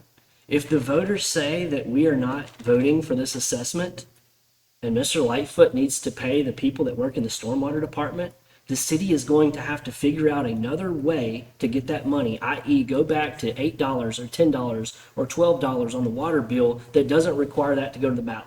Or we were transferring from water to sewer to And sanitation. sanitation. Correct. So this is, what you just discussed is exactly what this is trying to solve. An assessment should not and should have never been meant to fund a department. Well, yeah, for maintenance. Correct. It should never have been Should have meant to been do that. project. The intent behind this whole stormwater assessment was that we were going to get major infrastructure upgrades to stormwater to fix the flooding in Lynn Haven. No? Okay. It was Well- a maintenance program. Well, I mean, so contrary to what you're wanting to put in here, if the city puts forth, if they discuss and they put forth on the referendum on the ballot, a new assessment, for example, a fire assessment. The fire assessment, I know it's dictated by state law, but the fire assessment can pay for the firefighter salaries, correct? What if we wanted to do that for the police force? In this community, what if we said, hey, we want a specific assessment that's just for police force? And in that referendum, the plan, the project, the sunsetting, the annual increases, everything you're asking for is in the assessment package that goes to referendum, and it includes salaries, wages, benefits, such as that. If the voters approved shifting from what we're at to having it as a non-ad valorem assessment, then I think as long as it's proposed in there that it specifically says what it's gonna cover, and if it covers employee salaries, wages, benefits, etc., then it's up to the voters, to me. Yeah. I don't think we should tell the city, you can't ever do this. I think Right. it should say, you have to disclose to the citizens that this is what it's being used for. I agree 100%. If that's what the voters want, then it should be allowed. Yeah. But what should not happen is the city shouldn't have amnesia on how we were funding the police department before we went to this. Well, Because if we remove the assessment, we don't have any way of paying these people. Well, how do we do it before? In 4 years, if the assessment doesn't get renewed, then we're not gonna just dissolve the police department. We're gonna go back to using whatever revenue stream we were. And if at that time, the millage just dropped because we have an assessment, and now they have to increase the millage, I mean, does that create a problem because the millage can only go up so much? It does, right? It's pretty, There are limits on the increases. Yeah. it's not. So it's, So I understand exactly where you're going there. I think it's great. You're sitting down and you're saying, commission, tell us what you're doing, how much it's gonna cost, and when it's gonna end. And then you're saying, if it passes, X dollars, that's not spongible into another area. Correct. I don't see a problem with that. I mean, that's the way it should be. whether So the if they city, vote it down, then what? Sorry. if they vote it down, then the city either does not do that project or they have to secure funds from another way. Okay, well, let's Whether just it's, say what he was talking about, police department. yeah. So right now, how are we funding the police department? Right, but I'm saying, if we say, put it in their hands and we say, okay, this is how we're gonna do it, and they say, no, we're not. Then we don't change, then we continue funding whatever the project is the way we were. For example, if the current stormwater non-ad valorem had gone to the ballot under what we're discussing and failed, it would have never come off the utility bill. That's what Mr. Langford said. Just making Yeah. sure. And that's what I don't want the city to forget. Okay, well, before this whole assessment came along, how were we surviving? Well, the truth is we weren't surviving. We We were were borrowing money from water, sewer, and Right, we're sanitation. robbing Peter to pay But Paul. borrowing is, Well, transfer. has it ever been We paid were, back? we were doing transfers, yeah. Yeah. And- Transfers between all the other Right. utilities. And then you run the risk of, is your water and sewer bill really a tax? And you're just waiting for some resident to come and say, well, why do you keep raising water and sewer? Oh, it's to pay for This. stormwater? That's not what you're supposed to do. So you had to figure something out. And please forgive me for stating the obvious, the utility bills have limitations. So a person living in a 700 square foot apartment is paying the same that Walmart was paying, Right. which in my mind is not equitable. Yeah, yeah, and on that topic, like I've talked with commissioners about this before too, and like if we were to do some type of hybrid system where, you know, commercial properties, basically residential only is on the water bill, and everything else was non-ad valorem, like I could see that being a realistic outcome because it's more equitable. Walmart, I'm sorry, but Walmart's the biggest property in Lynn Haven. They produce the most amount of stormwater runoff. I know they have a retention pond, but like I They're the said biggest before, ponds. right, but like I said before, unless you give me a hydrological study to show that you retain a certain percentage of your water, I've driven up the driveway into Walmart when it's pouring rain. That water is coming straight down into 77, you know? So they're not retaining their water as much as they might claim. So to your point, Ms. Roman, if we were to change it, right, residential, go back on the bill or whatever, that'd be fine. But I mean, I think the core argument here is guardrails and guidelines. Like I said earlier, we need to have guardrails and guidelines, and I think that's what we're discussing here. Now, I am concerned on some of the restrictions. I think some of these need to be not gotten rid of, but loosened up a little bit or worded differently to give a little bit of flexibility. Like, for example, I already talked about the salaries and wages. But like Mr. Tucker said, to me, as long as the city is spelling it all out and it's all out there, this is what it is, what it can be used for, how it's going to be used, how long it's going to be, everything, then if the voters pass it, they pass it. And if they don't, the city keeps funding it the way they were until they can get it approved otherwise. As long as they can, fund it. So there was two things that Mr. Lightfoot had asked for when we first started discussing this, and one was no fund crossing, is what I had written down, Right. and the second one was no hiring of employees. So, yeah, if you wanted to put restrictions on it, like we talked about, what, I think 2 meetings ago, all in agreement of not transferring funds, like what Ms. Roman was just saying, we used to transfer sanitation, water and sewer to pay for stormwater.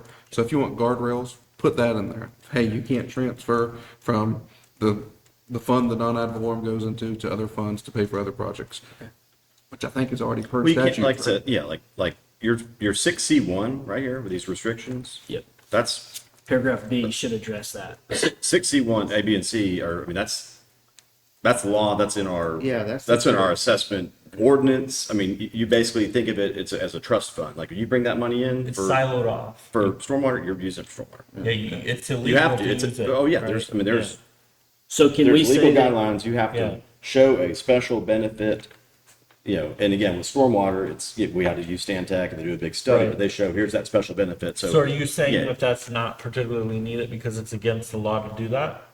You can't move them. If I do a special What I'm saying assessment is for park, that's consistent with the law, and I think Oh, it's, okay. it's 6C1. it's just reaffirming the law. That's exactly what So if we it's do re- and have to do. If it's redundant, I'm all for striking it and removing it if everybody else is, but it's up to you guys. If it's already outlined in Florida statute, there's no reason we need to. Oh, it's in Florida statute, case law. It's on our, That's in our 61A. own Lynn Haven A, assessment B, and C ordinance. is what he's So, talking we should know better. All of 6C1 61 is, I mean, that's Is that's redundant completely because accurate, state but it's law. also, that's what the law is, that's what our ordinance says. and you are okay with removing it? I'm okay for the same As reason. long as you're telling me that it's 100%, all three of those items are covered, that we will get a You have separate to use it accounting for fund. the specific purpose that's stated, absolutely. You can't transfer them or commingle them to other, because again, you've got to use them for the assessment that it was created for. And you have to have a separate accounting fund. You basically have to keep it in a trust fund. That's what's currently happening. Which is for city staff, why it is so important to have it on the non-ad valorem versus the utility bill. If we bring it in on the utility bill, the stormwater, we can transfer it wherever we want. That's a good point. It's another checks and balances, having the non-ad valorem requires it by statute to be spent on the stormwater. And who's the approval authority to transfer that money So between accounts? it would be, we could put it in the budget and the city manager could transfer it. Yeah. So And that happens a lot, right? So if you've got Yeah. a lot of money sitting there in water, but your sanitation is short. So you wouldn't Do a need any transfer. sort of commission approval to transfer money within that enterprise fund? If it's budget. Right. If you So put it into the budget, they would approve it at budget time. there would be a line item like in the sanitation budget or the water budget, and the line item would be transferred to stormwater, $500,000 So it would require commission approval? Yes. Well, budget, like, overall. they would approve Through it the with the budget. budget, through the budget only. How does state and federal governments get budgets passed or get certain things passed? Need to pass a budget, little things wrapped up in it. Yeah. So I think instead of getting rid of 6C1, I think what we do is we change 6C1 to requirements to bring forth all required information on referendum for non-ad valorem assessments. And we talk about this particular section being, what is the bare minimum that the citizens need to see on the referendum? What information? We've talked about the who, the what, the where, the when, the why, the how. This is where we could spell out that bare minimum. And keeping in mind that we will have, how many words is it? 75 per? Yeah. So what is the bare, and if you're okay with entertaining this, what is the bare minimum that we want to see on a referendum? For it to, the city has to provide this within the referendum. So it would be regarding non-ad valorem assessments, it would require voter approval. No, the information that's in the referendum. For example, total cost per year. Yeah, I'm about to Okay. go into that. So non-ad valorems assessments would require voter approval of at least 45%, with defined start dates and end dates. Okay, define start and end date. Restrictions on how funds may be used, and limitations on annual increases. So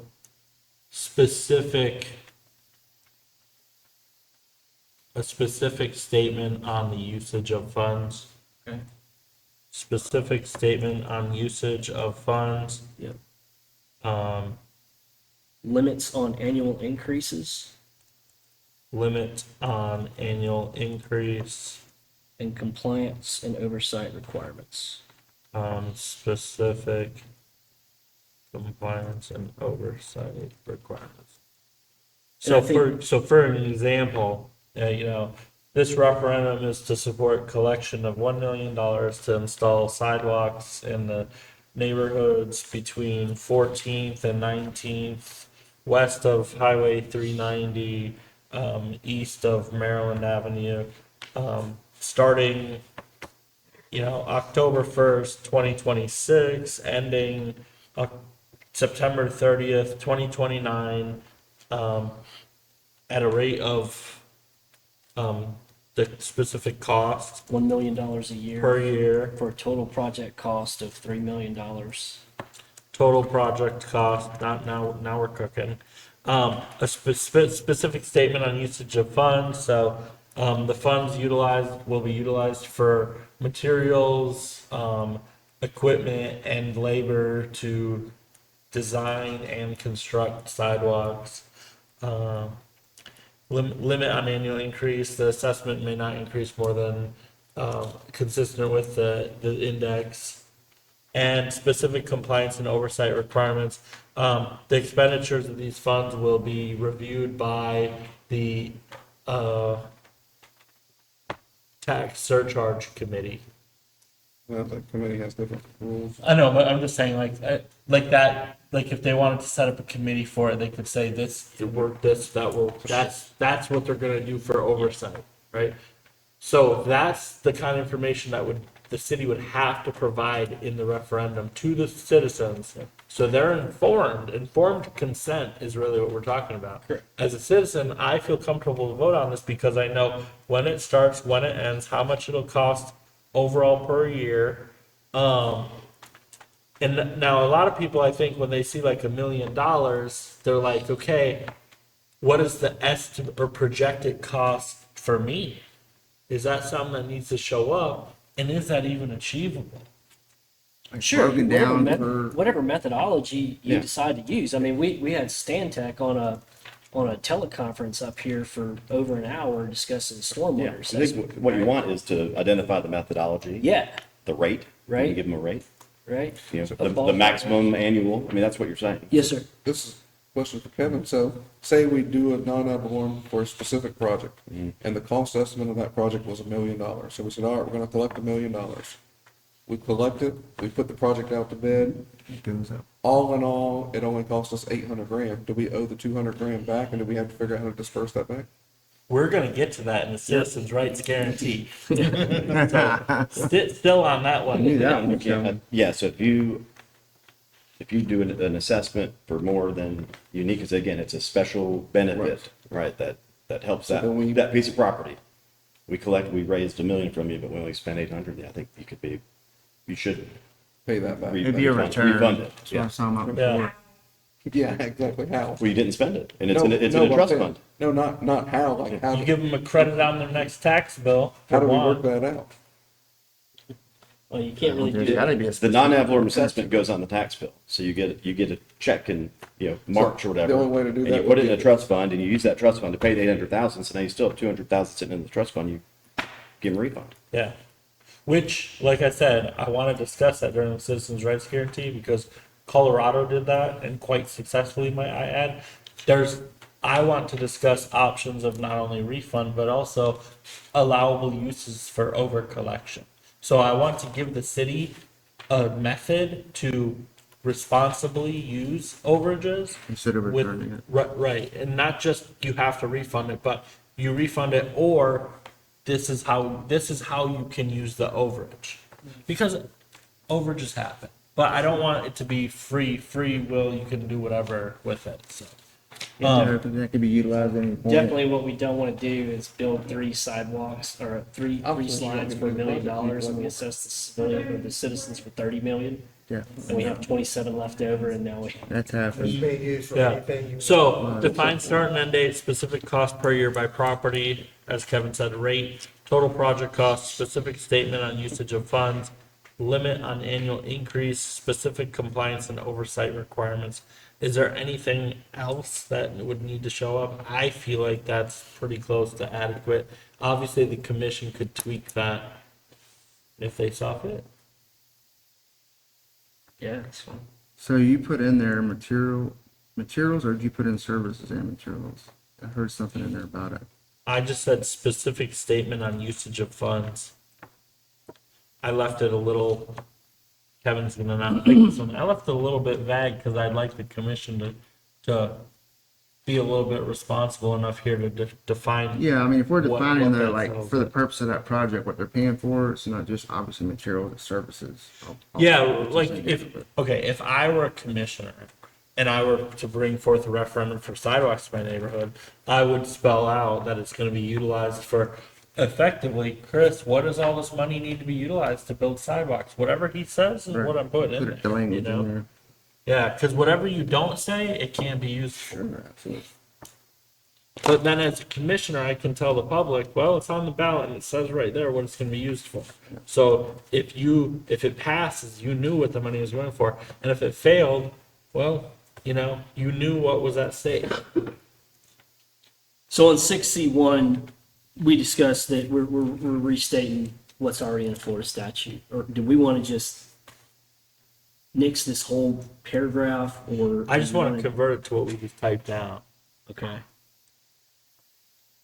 The requirements to bring forth all required information on a referendum for non-ad valorem assessments. And then the city shall provide at a minimum the following information within each referendum, and then the list that we just came up with. I think one thing that we left off there was the methodology that we were talking about. The methodology, One on the, Yeah. methodology, And rate, if like how we get applicable. there. the ballpark rate or average rate per household or something to that, some language to that effect. Methodology of assessment, Yes. Yeah, wording. specific cost per year by property, the rate, total project cost, annually and overall. We got to be careful with that because you could end up running out of ballot space if there's some in-depth methodology that assesses commercial residents of 2,400 square foot or more, or between 2,000 and 2,400. So brief description of And remember, methodology. of You're going assessment. to necessarily have a initial assessment resolution. I mean, you're gonna have Yeah, a 20-page, 30-page document spelling all that out. We're just trying to say, here's the bare minimum we want on the yeah. ballot, and then if you've got questions about that, well, here, you must have missed that meeting, come pick up resolution And I think 27-15, and here's the full. And I think what he's trying to solve here is the ballot would serve as a voter education as well as approval authority. To a degree, yeah. Like, I don't want a voter to say, well, I didn't know what was in that assessment. Right. And it's like, it's literally spelled out right there. It's up to them to read it. But at the same time, we can't, You can't put so much in there. Yeah, I mean, yeah. really, that voter needs to come and pull the resolution Do the and research. read it all. If they're really, concerned. To understand what is a demand-based methodology versus. It's just a fine line between overcomplicating something and not putting enough in. so you could do like a methodology overview with an estimate, residential versus commercial property, cost per year, something like that you're identifying, because typically I think that the idea behind an assessment would be that if there are multiple methodologies, it would likely be a different methodology for commercial than it would be for residential.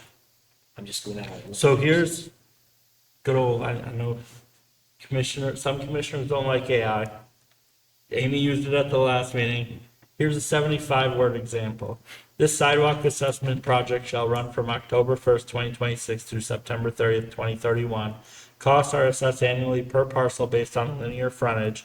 The estimated rate is $165 per property per year. The total project cost is $495,000 annually and 2.2475 million overall. Funds may only be used for sidewalk construction, repair, and ADA compliance. Annual increases are capped at 3%. Expenditures require annual independent audit, public reporting, and city commission approval. That's 75 words. Yeah. That sounded Got way it wrong, more yeah. than 75 Your words. Methodology was That sounded like- footprint. Yeah. So, I mean, it's not impossible. Yeah. Good job, OpenAI. It's not impossible is the point, though. I mean, I agree. We don't want to put too much in there, but certainly we can get away with having some requirements, you know? So, Once you get to a stopping point, we're almost at the 2 hour point. If we need to take a short 5 minute recess for, Even a minute. yeah. Is everybody Whatever okay y'all with that? agree on. yeah, I'm okay with like 5 minute recess. Given what we have left on the agenda, just to let you guys know, because I don't know how much later you guys want to go. I'm most likely after the break, I'll push to just table the citizens' rights guarantee item to the next agenda. Mine as well. And that way we can proceed with what's left. I agree.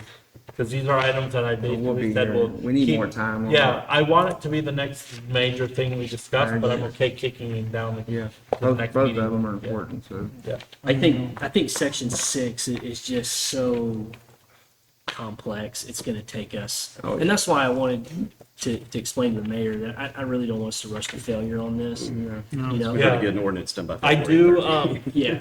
Well, I don't know what the rush is. Maybe I don't know something, but I do after the recess though, I would like, if you guys are okay with staying a little bit later than we normally do.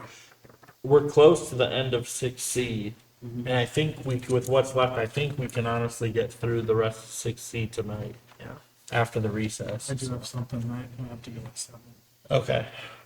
Well, You got to Yeah. leave at 7. Yeah. Okay. I mean, It's 6:51. so forgo the recess and just move, table this for the next discussion? 30 seconds.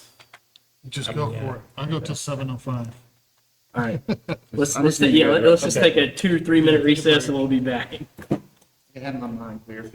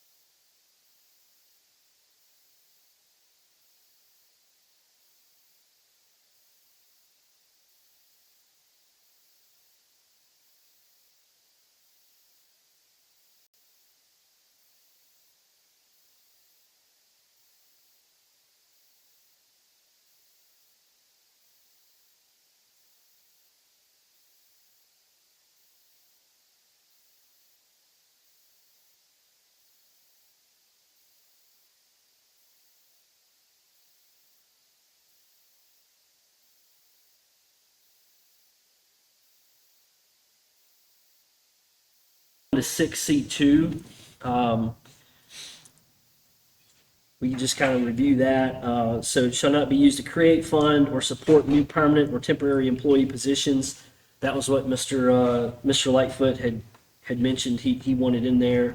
With any city department, division, project, even where such positions would perform tasks related to the purpose of the assessment. Is So that, was just a willing compromise when we talked about the assessment of, hey, how do we prevent the assessment from just, building an empire, basically? So if you want to put language in there that says, hey, you can't use the non-ad valorem assessment to, say it was the first time we got the stormwater assessment this year, and so as soon as it passed, we created 6 more positions in the stormwater department and funneled 6 more into that. Completely on board with putting that language in there as a compromise of, hey, you can't use this just to keep adding personnel to that department. So I like all what's right here. I think the only thing is given what we just turned 6C1 into, I think, how do you tie 6C2 into, for example, if we do an assessment for the police force, for example, so now you can't add any new officers even if the need arises? We'll say, take fire. Like, that's Yeah. the easy one, because Okay. when I represented Springfield since 2007, and they had no ad valorem. And so they said, and they didn't want one, so they started with a fire assessment, because the ISO rating came out, and it's like everybody's insurance is going up, you need 6 new firefighters. They have no ad valorem, they had no way to pay for it, so we did a fire assessment to hire 6 firefighters, But with truck, this, you whatever. couldn't. Right, that's what I'm saying, like, Yeah. it's okay to say, all right, our fire department budget is 800,000. We need a fire assessment. How much do we want to fund?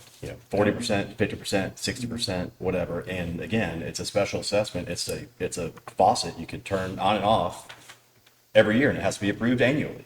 Yeah. And So with- it's not a bad thing, and there's some circumstances where you'll need personnel. With what we changed 6C1 into, given they need to now disclose all of this information on the referendum, I feel like 6C2 is less necessary because the voter would already know, for example, that this will fund, fire. I need 6 firefighters. So Yeah. for 6C2B, where it says you can't use the funds to increase salaries, wages, benefits, or staffing levels. So the commission this year approved a 3% COLA, I believe it was? Yes. So according to this, the 3% COLA affects the 12 stormwater employees. Their salaries would have increased, which would have been funded from the non-ad valorem. So those 12 employees wouldn't have got the 3% couldn't get COLA it. according to You could this. say not be used for the sole purpose of increasing salaries. so I'm a little bit torn on this because of my position that an assessment should not fund a program, right? We're trying to recreate Get away from that. the document in order to fund a program, right? And I agree with what you're saying. If that's what the voters want, then that's what the Yeah. voters want. But the intent, again, should be for a project, not a program. For example, the firefighter. How do we pay the firefighters in Lynn Haven out of the general fund, right? But what if we didn't have that, like Springfield? Oh, that's And if it Or if the state Yeah, takes it no, away. we do, but that's not every non-ad valorem. I mean, in my line of work, when I get a new contract and we're gonna develop some platform that's gonna talk with the astronauts in space, right? It's not everything except engineering services, labor. It's everything. You just have to spell out in the contract, in the statement of work, PWS, whatever, what it is. In this case, if we're going forward to say, hey, we want a non-ad valorem assessment for what's something Lynn Haven doesn't have at all, electrical services. electrical services. Yeah. Oh, yeah, like get Like rid of if Florida Power Lynn Haven- Line. Lynn Be like Haven Power Tallahassee, Company. Darrow Okay, a Lynn Utility. Haven utility company, right? It does not exist today, and the citizens overwhelmingly decided we want to do our own electrical services. How would you staff that if this exists? The way I tell you what I would do if I was on the commission. I would say, well, we would have a special assessment to build the infrastructure to allow the city of Lynn Haven to provide its own electrical services, and then we'll, It'll be an enterprise and it's. Yep. Who's building it for you? whoever we decide, contractor. the Contractor? Florida, whoever. I could, Mr. Lightfoot, go find me a contractor that puts up, power stations in Lynn Haven. Find out how much So it's you're gonna cost. covered by C there, which is fine because you can contract for the project and not new city personnel. Correct. Right? But what you're basically saying is, okay, once, it's gonna take 5 years to build this electrical station, that's nuclear power plant on Marine Island. Sure. Yeah. Yeah. So that gets built, it takes 5 years, it's built, and now to staff it. Yep. It's not gonna be non-ad valorem assessment, it's gonna be Correct. done via. ad General valorem. fund. Okay. We got 5 years to figure out what we're gonna take away from or increase taxes or Okay. whatever to fund the manpower to do the Lynn You Haven. take it for any one, you I gotta. get what you're saying, but if the citizens were like Springfield citizens and didn't want to see the millage go up to pay for that, if, for example, I don't want all that mixed up in the millage where they can spend the money on whatever they want. I want to guarantee that it's all the money that we're paying is for the purpose that we're paying it for. So then what? You can't pay for the labor through, like, for example, right now, the stormwater money you're using for labor, personnel, right? Well, a portion of And, it, yes. right, and you can't use it for any other purpose except for stormwater. So you couldn't pay water or parks or anybody else out of that money. Correct. So you know exactly and specifically within that fund, exactly what you're spending on stormwater. Correct. Yeah, it's just, It's not mixed into the general it's just for fund the with- stormwater budget. Yeah, Yeah. pros and cons, of it, you know? And that's another thing that's kind of confusing when you hear people say, we don't know what the money's being spent on. If you go to the stormwater budget, that's, Yeah, that's what the money's being spent on. yeah. Everything but capital projects. I think the confusion goes back to what Mr. Langford said earlier, is people thought it was being spent on capital projects, and they I remember Corey misunderstood. saying, and To one of Chris, the to your earlier, credit, I mean, you said everything, and I was at those meetings, you were very clear. This is not for capital projects. We're gonna go try to get grant money. This is to stop borrowing money from water and sewer, or transferring money from water and sewer and and sanitation. I remember Corey saying, hey, this was year 2 of the stormwater system. I thought we were gonna see large concrete pipes and boxes Yep. stacked everywhere Yep. and projects and, Yep. no, we only took in 1.4 or 1.6 million the You first year, I can't do think a it whole was. lot, yeah. Yep. They got some ditches. Yeah. And I think a lot of that came from, or that question or statement that you're talking about came from the commission meeting when we were sitting over in the senior activity center, when we were talking about, the commission rather was talking about this whole, the birth of this stormwater assessment. We had a flooding problem in Lynn Haven. We've got to fix this. How do we fix the flooding problem? Well, we fix it by the stormwater assessment. Cool. All right. I'll hesitantly agree to that. And then we agree to it. And now we're like, well, we can't even keep Where the is it? lights on in the stormwater department. And I'm like, what is going on here? I thought this was going to solve it. But remember, their thing was, here's year 1, and then Stantec wanted year Yeah. 2 to go up 50%. And it we're like, didn't. There's no elected official in the world that's gonna go Yeah. up 50, you know. And And Nobody they wants didn't, you know, they froze it, so it's gonna take longer. So if we get rid of- That's very true. The Stantec plan was very specific on the increases. The increases were not followed. Yeah, but they were asking, I mean, So I if get we, it, no elected officials. if gonna we follow change that, this because to we get rid voted of Well, or yeah. temporary, And COVID happened. So There's a lot I- of things that really mixed in on it. Sorry. so I'm okay with this not funding permanent positions, because non-ad valorums under this model are not permanent. They can go away Every year. or by ballot every 4 years. So if we get rid of or temporary employee positions in 62A, I would be okay with the rest of this, because, for example, if we're gonna build all these sidewalks that I've talked about in-house, I'm okay with Chris hiring people to build these sidewalks as Oh, a yeah. part of the assessment. yeah, Or if we're gonna do an assessment for electrical services, I'm okay with Chris hiring people to run the electrical services until the assessment ends. Those are temporary positions to me. I'm okay with that. I don't know So how you guys basically- are. Yeah, I'm That makes good. sense to Take y'all? out permanent, that makes, Just just take out or temporary. temporary. And they just can't make permanent positions, but they can utilize the money for temporary. Sure. To build the slides. Yeah. We got one park and recs guy, but we need 3 people to build the slides. Right. Chris is gonna Takes a go little out and hire more, 2. Yeah, right. that makes Yeah. sense. All right. Or is everybody, we all agree on that then? Yep. So let's go down to B, where we talked about the salaries, wages, benefits, et cetera.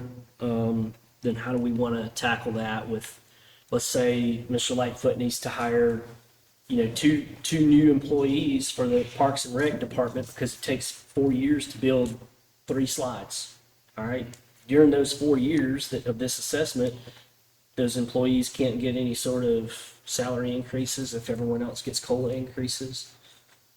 I'm okay with We're those. talking about the temporary people, Yeah. because But- again, these are not permanent right, people. and I'm okay with that, those wage increases being okay since they're temporary employees. Yeah. Does that make sense? I think they need to match whatever the percent of the ad valorem increase is, the index. They're limited to the index. If the index says 1.5% randomly one year because we had a bad year as a state or whatever, then your increase is limited to 1.5. Or you can do it kind of like we do some of the contracts, like you're not gonna, like the city manager contract was always like this, you're not gonna get a raise that exceeds what the rest of the city, I was gonna say, it's like what the having, rest of the city personnel. You know, so Contracted if the employees. rest of the city personnel gets 3%, then that's okay. But Well, you're not gonna do this everybody's getting assessment. the same increase all the time. Well- Though. Some people earned 2%, some people earned 5% increases because of performance. Yeah. No, I'm not talking about COLA. I'm talking about performance increases. which we don't have. Let's say, where was that at? You guys only get COLA, that's it? So that's been. Which So if we you got do a up better here. job, you don't We get have more money? COLA, Okay. that's all we yeah, have. there's So, no, so the only way for you to get more than COLA is to get a title promotion. Correct. Gotcha. There are no merit increases. Yeah. So, So you just- could tie it to the rest So, of the city. yeah, personnel. tie it to the, well, in this case, the assessments are tied to an index. Wouldn't you just match the index instead of the? So I Because what if just- the index is lower than the COLA? The, Or is the COLA following the index? the index is to increase the rate of the assessment. We're talking about staff salaries. And so I Okay. think that with staff salaries, I'm if okay you want with- to carve something out, I would just say it I'm can okay with match. removing B, is what I'm saying. Mm-hmm. Is everybody okay with that? as long as it's within the budget of the project. Well, and that's where Mr. Lightfoot, okay, well, we got to build these presents that, slides. If, I can only afford to increase these salaries this amount. And I would assume that you would factor that in during the initial planning of that, right? So, and I know we're using it as an example, the slides and the sidewalks, but realistically, I can never visualize using a non-ad valorem to complete a project and hiring the personnel to do it. It would always be design, bid, build. Yeah, I mean, contract. I can't envision something, like I've been trying to run different examples through my head of what, but. so you're if- saying like a contractor or temporary employee, that's just not. a Yeah, we thing wouldn't do the, for project. like, we wouldn't go hire 7 employees as a concrete crew to lay Yeah. our own sidewalks. We Just would gonna just go bid design, out. bid, You just do it. Hire breaking ground and do it for 40,000. Because you don't have to pay for those health benefits. You don't have to pay for the insurance and all that other, those added costs Actually, that, And no probably- matter what anyone says, you look at government, the government work versus contracted work, yep. it's a much better job to go. So what if you did a non-ad valorem assessment for a public information officer? Community wanted it really bad. And then all of a sudden, 4 years later, they're like, hey, the image of the city's better. We don't want to renew this.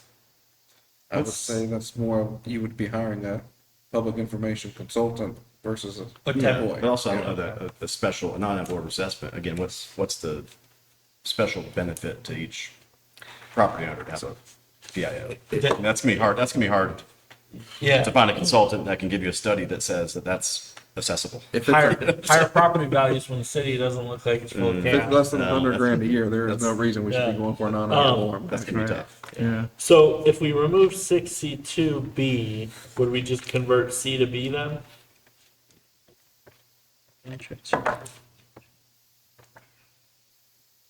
I don't see why we Yeah. wouldn't, but, I mean, I'm okay with all of what that says. that's what I was thinking. You're basically just explicitly allowing him to do something with the money. Correct. Yeah, I mean, I'm okay with that.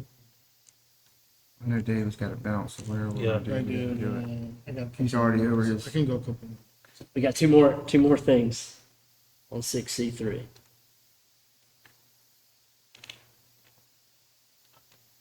Are you good with 6C2? Getting rid of the B, right? Just, yeah. Yes. Yeah, Getting rid of I'm it. looking at 6C3. Okay, so 6C3. City Commission shall adopt implementing procedures to ensure compliance with this section, including financial controls, reporting standards, and independent audit requirements. So the idea behind this is when I thought about this is like, okay, what is the compliance and oversight as far as the stormwater assessment currently? Like what committee involved, it looks at the stormwater assessment, Our annual audit. your annual audit? I want to discuss this in so much depth that I don't want to rush this in the next 2 minutes. That's okay. Then we can, if you guys are Let's okay stop with it, here we'll, with we'll the- pause here. Yeah, and We got a we'll, big chunk out of there tonight. we'll move, Yeah. we'll move on. The annual audit is not what. Yeah, I don't think that's the intent, so. Yeah. So I guess, So for the, like, my thing is, do I need to motion Kevin to table it, or can we just delay it to the next meeting without a vote? Do we have to vote to delay it? You know, I mean, I think any committee member, if it's your item, you It's my item. take, yeah, So table citizens' okay. rights, I'm tabling it until the next meeting then. and you want to I'm table not your next taking one. mine until the next meeting. so there's a Or maybe motion. even more. No, he said we don't even need to because it's our own item. Okay. So you're just saying you're willing to table? Yeah, I'm Yeah. tabling mine till the next meeting. Okay, so item 8 would be public comments. There's no public here to comment. Item 9 would be discussion of the next meeting date and time. Mr. Lightfoot. So do you want to keep the same pattern we are? So we kind of switched here with moving these meetings. So originally this was supposed to be the 28th, but because you guys were going to be out of town and everything, Right. we moved this up a week. If we alternate from here going forward, that's perfect because I'm not going to be here February 11th, which is when the original schedule would have had us meeting. But I would be available February 4th. So we want to plan maybe for the 4th and the 18th of February. 4th for sure. Fourth Fourth on and my the calendar, so. Yeah. May I ask that we move them back to 5:15 to give a little bit of a buffer? Sure, absolutely. That's even And we better. could, I might even make it that time. Yeah, that's a little better. the We'll flock still tell camera, you I 5. appreciate that. It's, the flock cameras turn off I'll at assume 5. So we're Does, taking 14, 18. does Make a anybody, joke about it. The 4th and the 18th? does anybody have a problem with the 18th being Ash Wednesday? No, I don't. No. Okay, I just want to be respectful of Yeah, I everybody's just saw it there. religion. but Just no. go in the morning, get your ash. Also, the first night of Ramadan, but I don't have a problem with that. Okay, So 4th and 18th, that's what we're saying? Yes, sir. 5:15?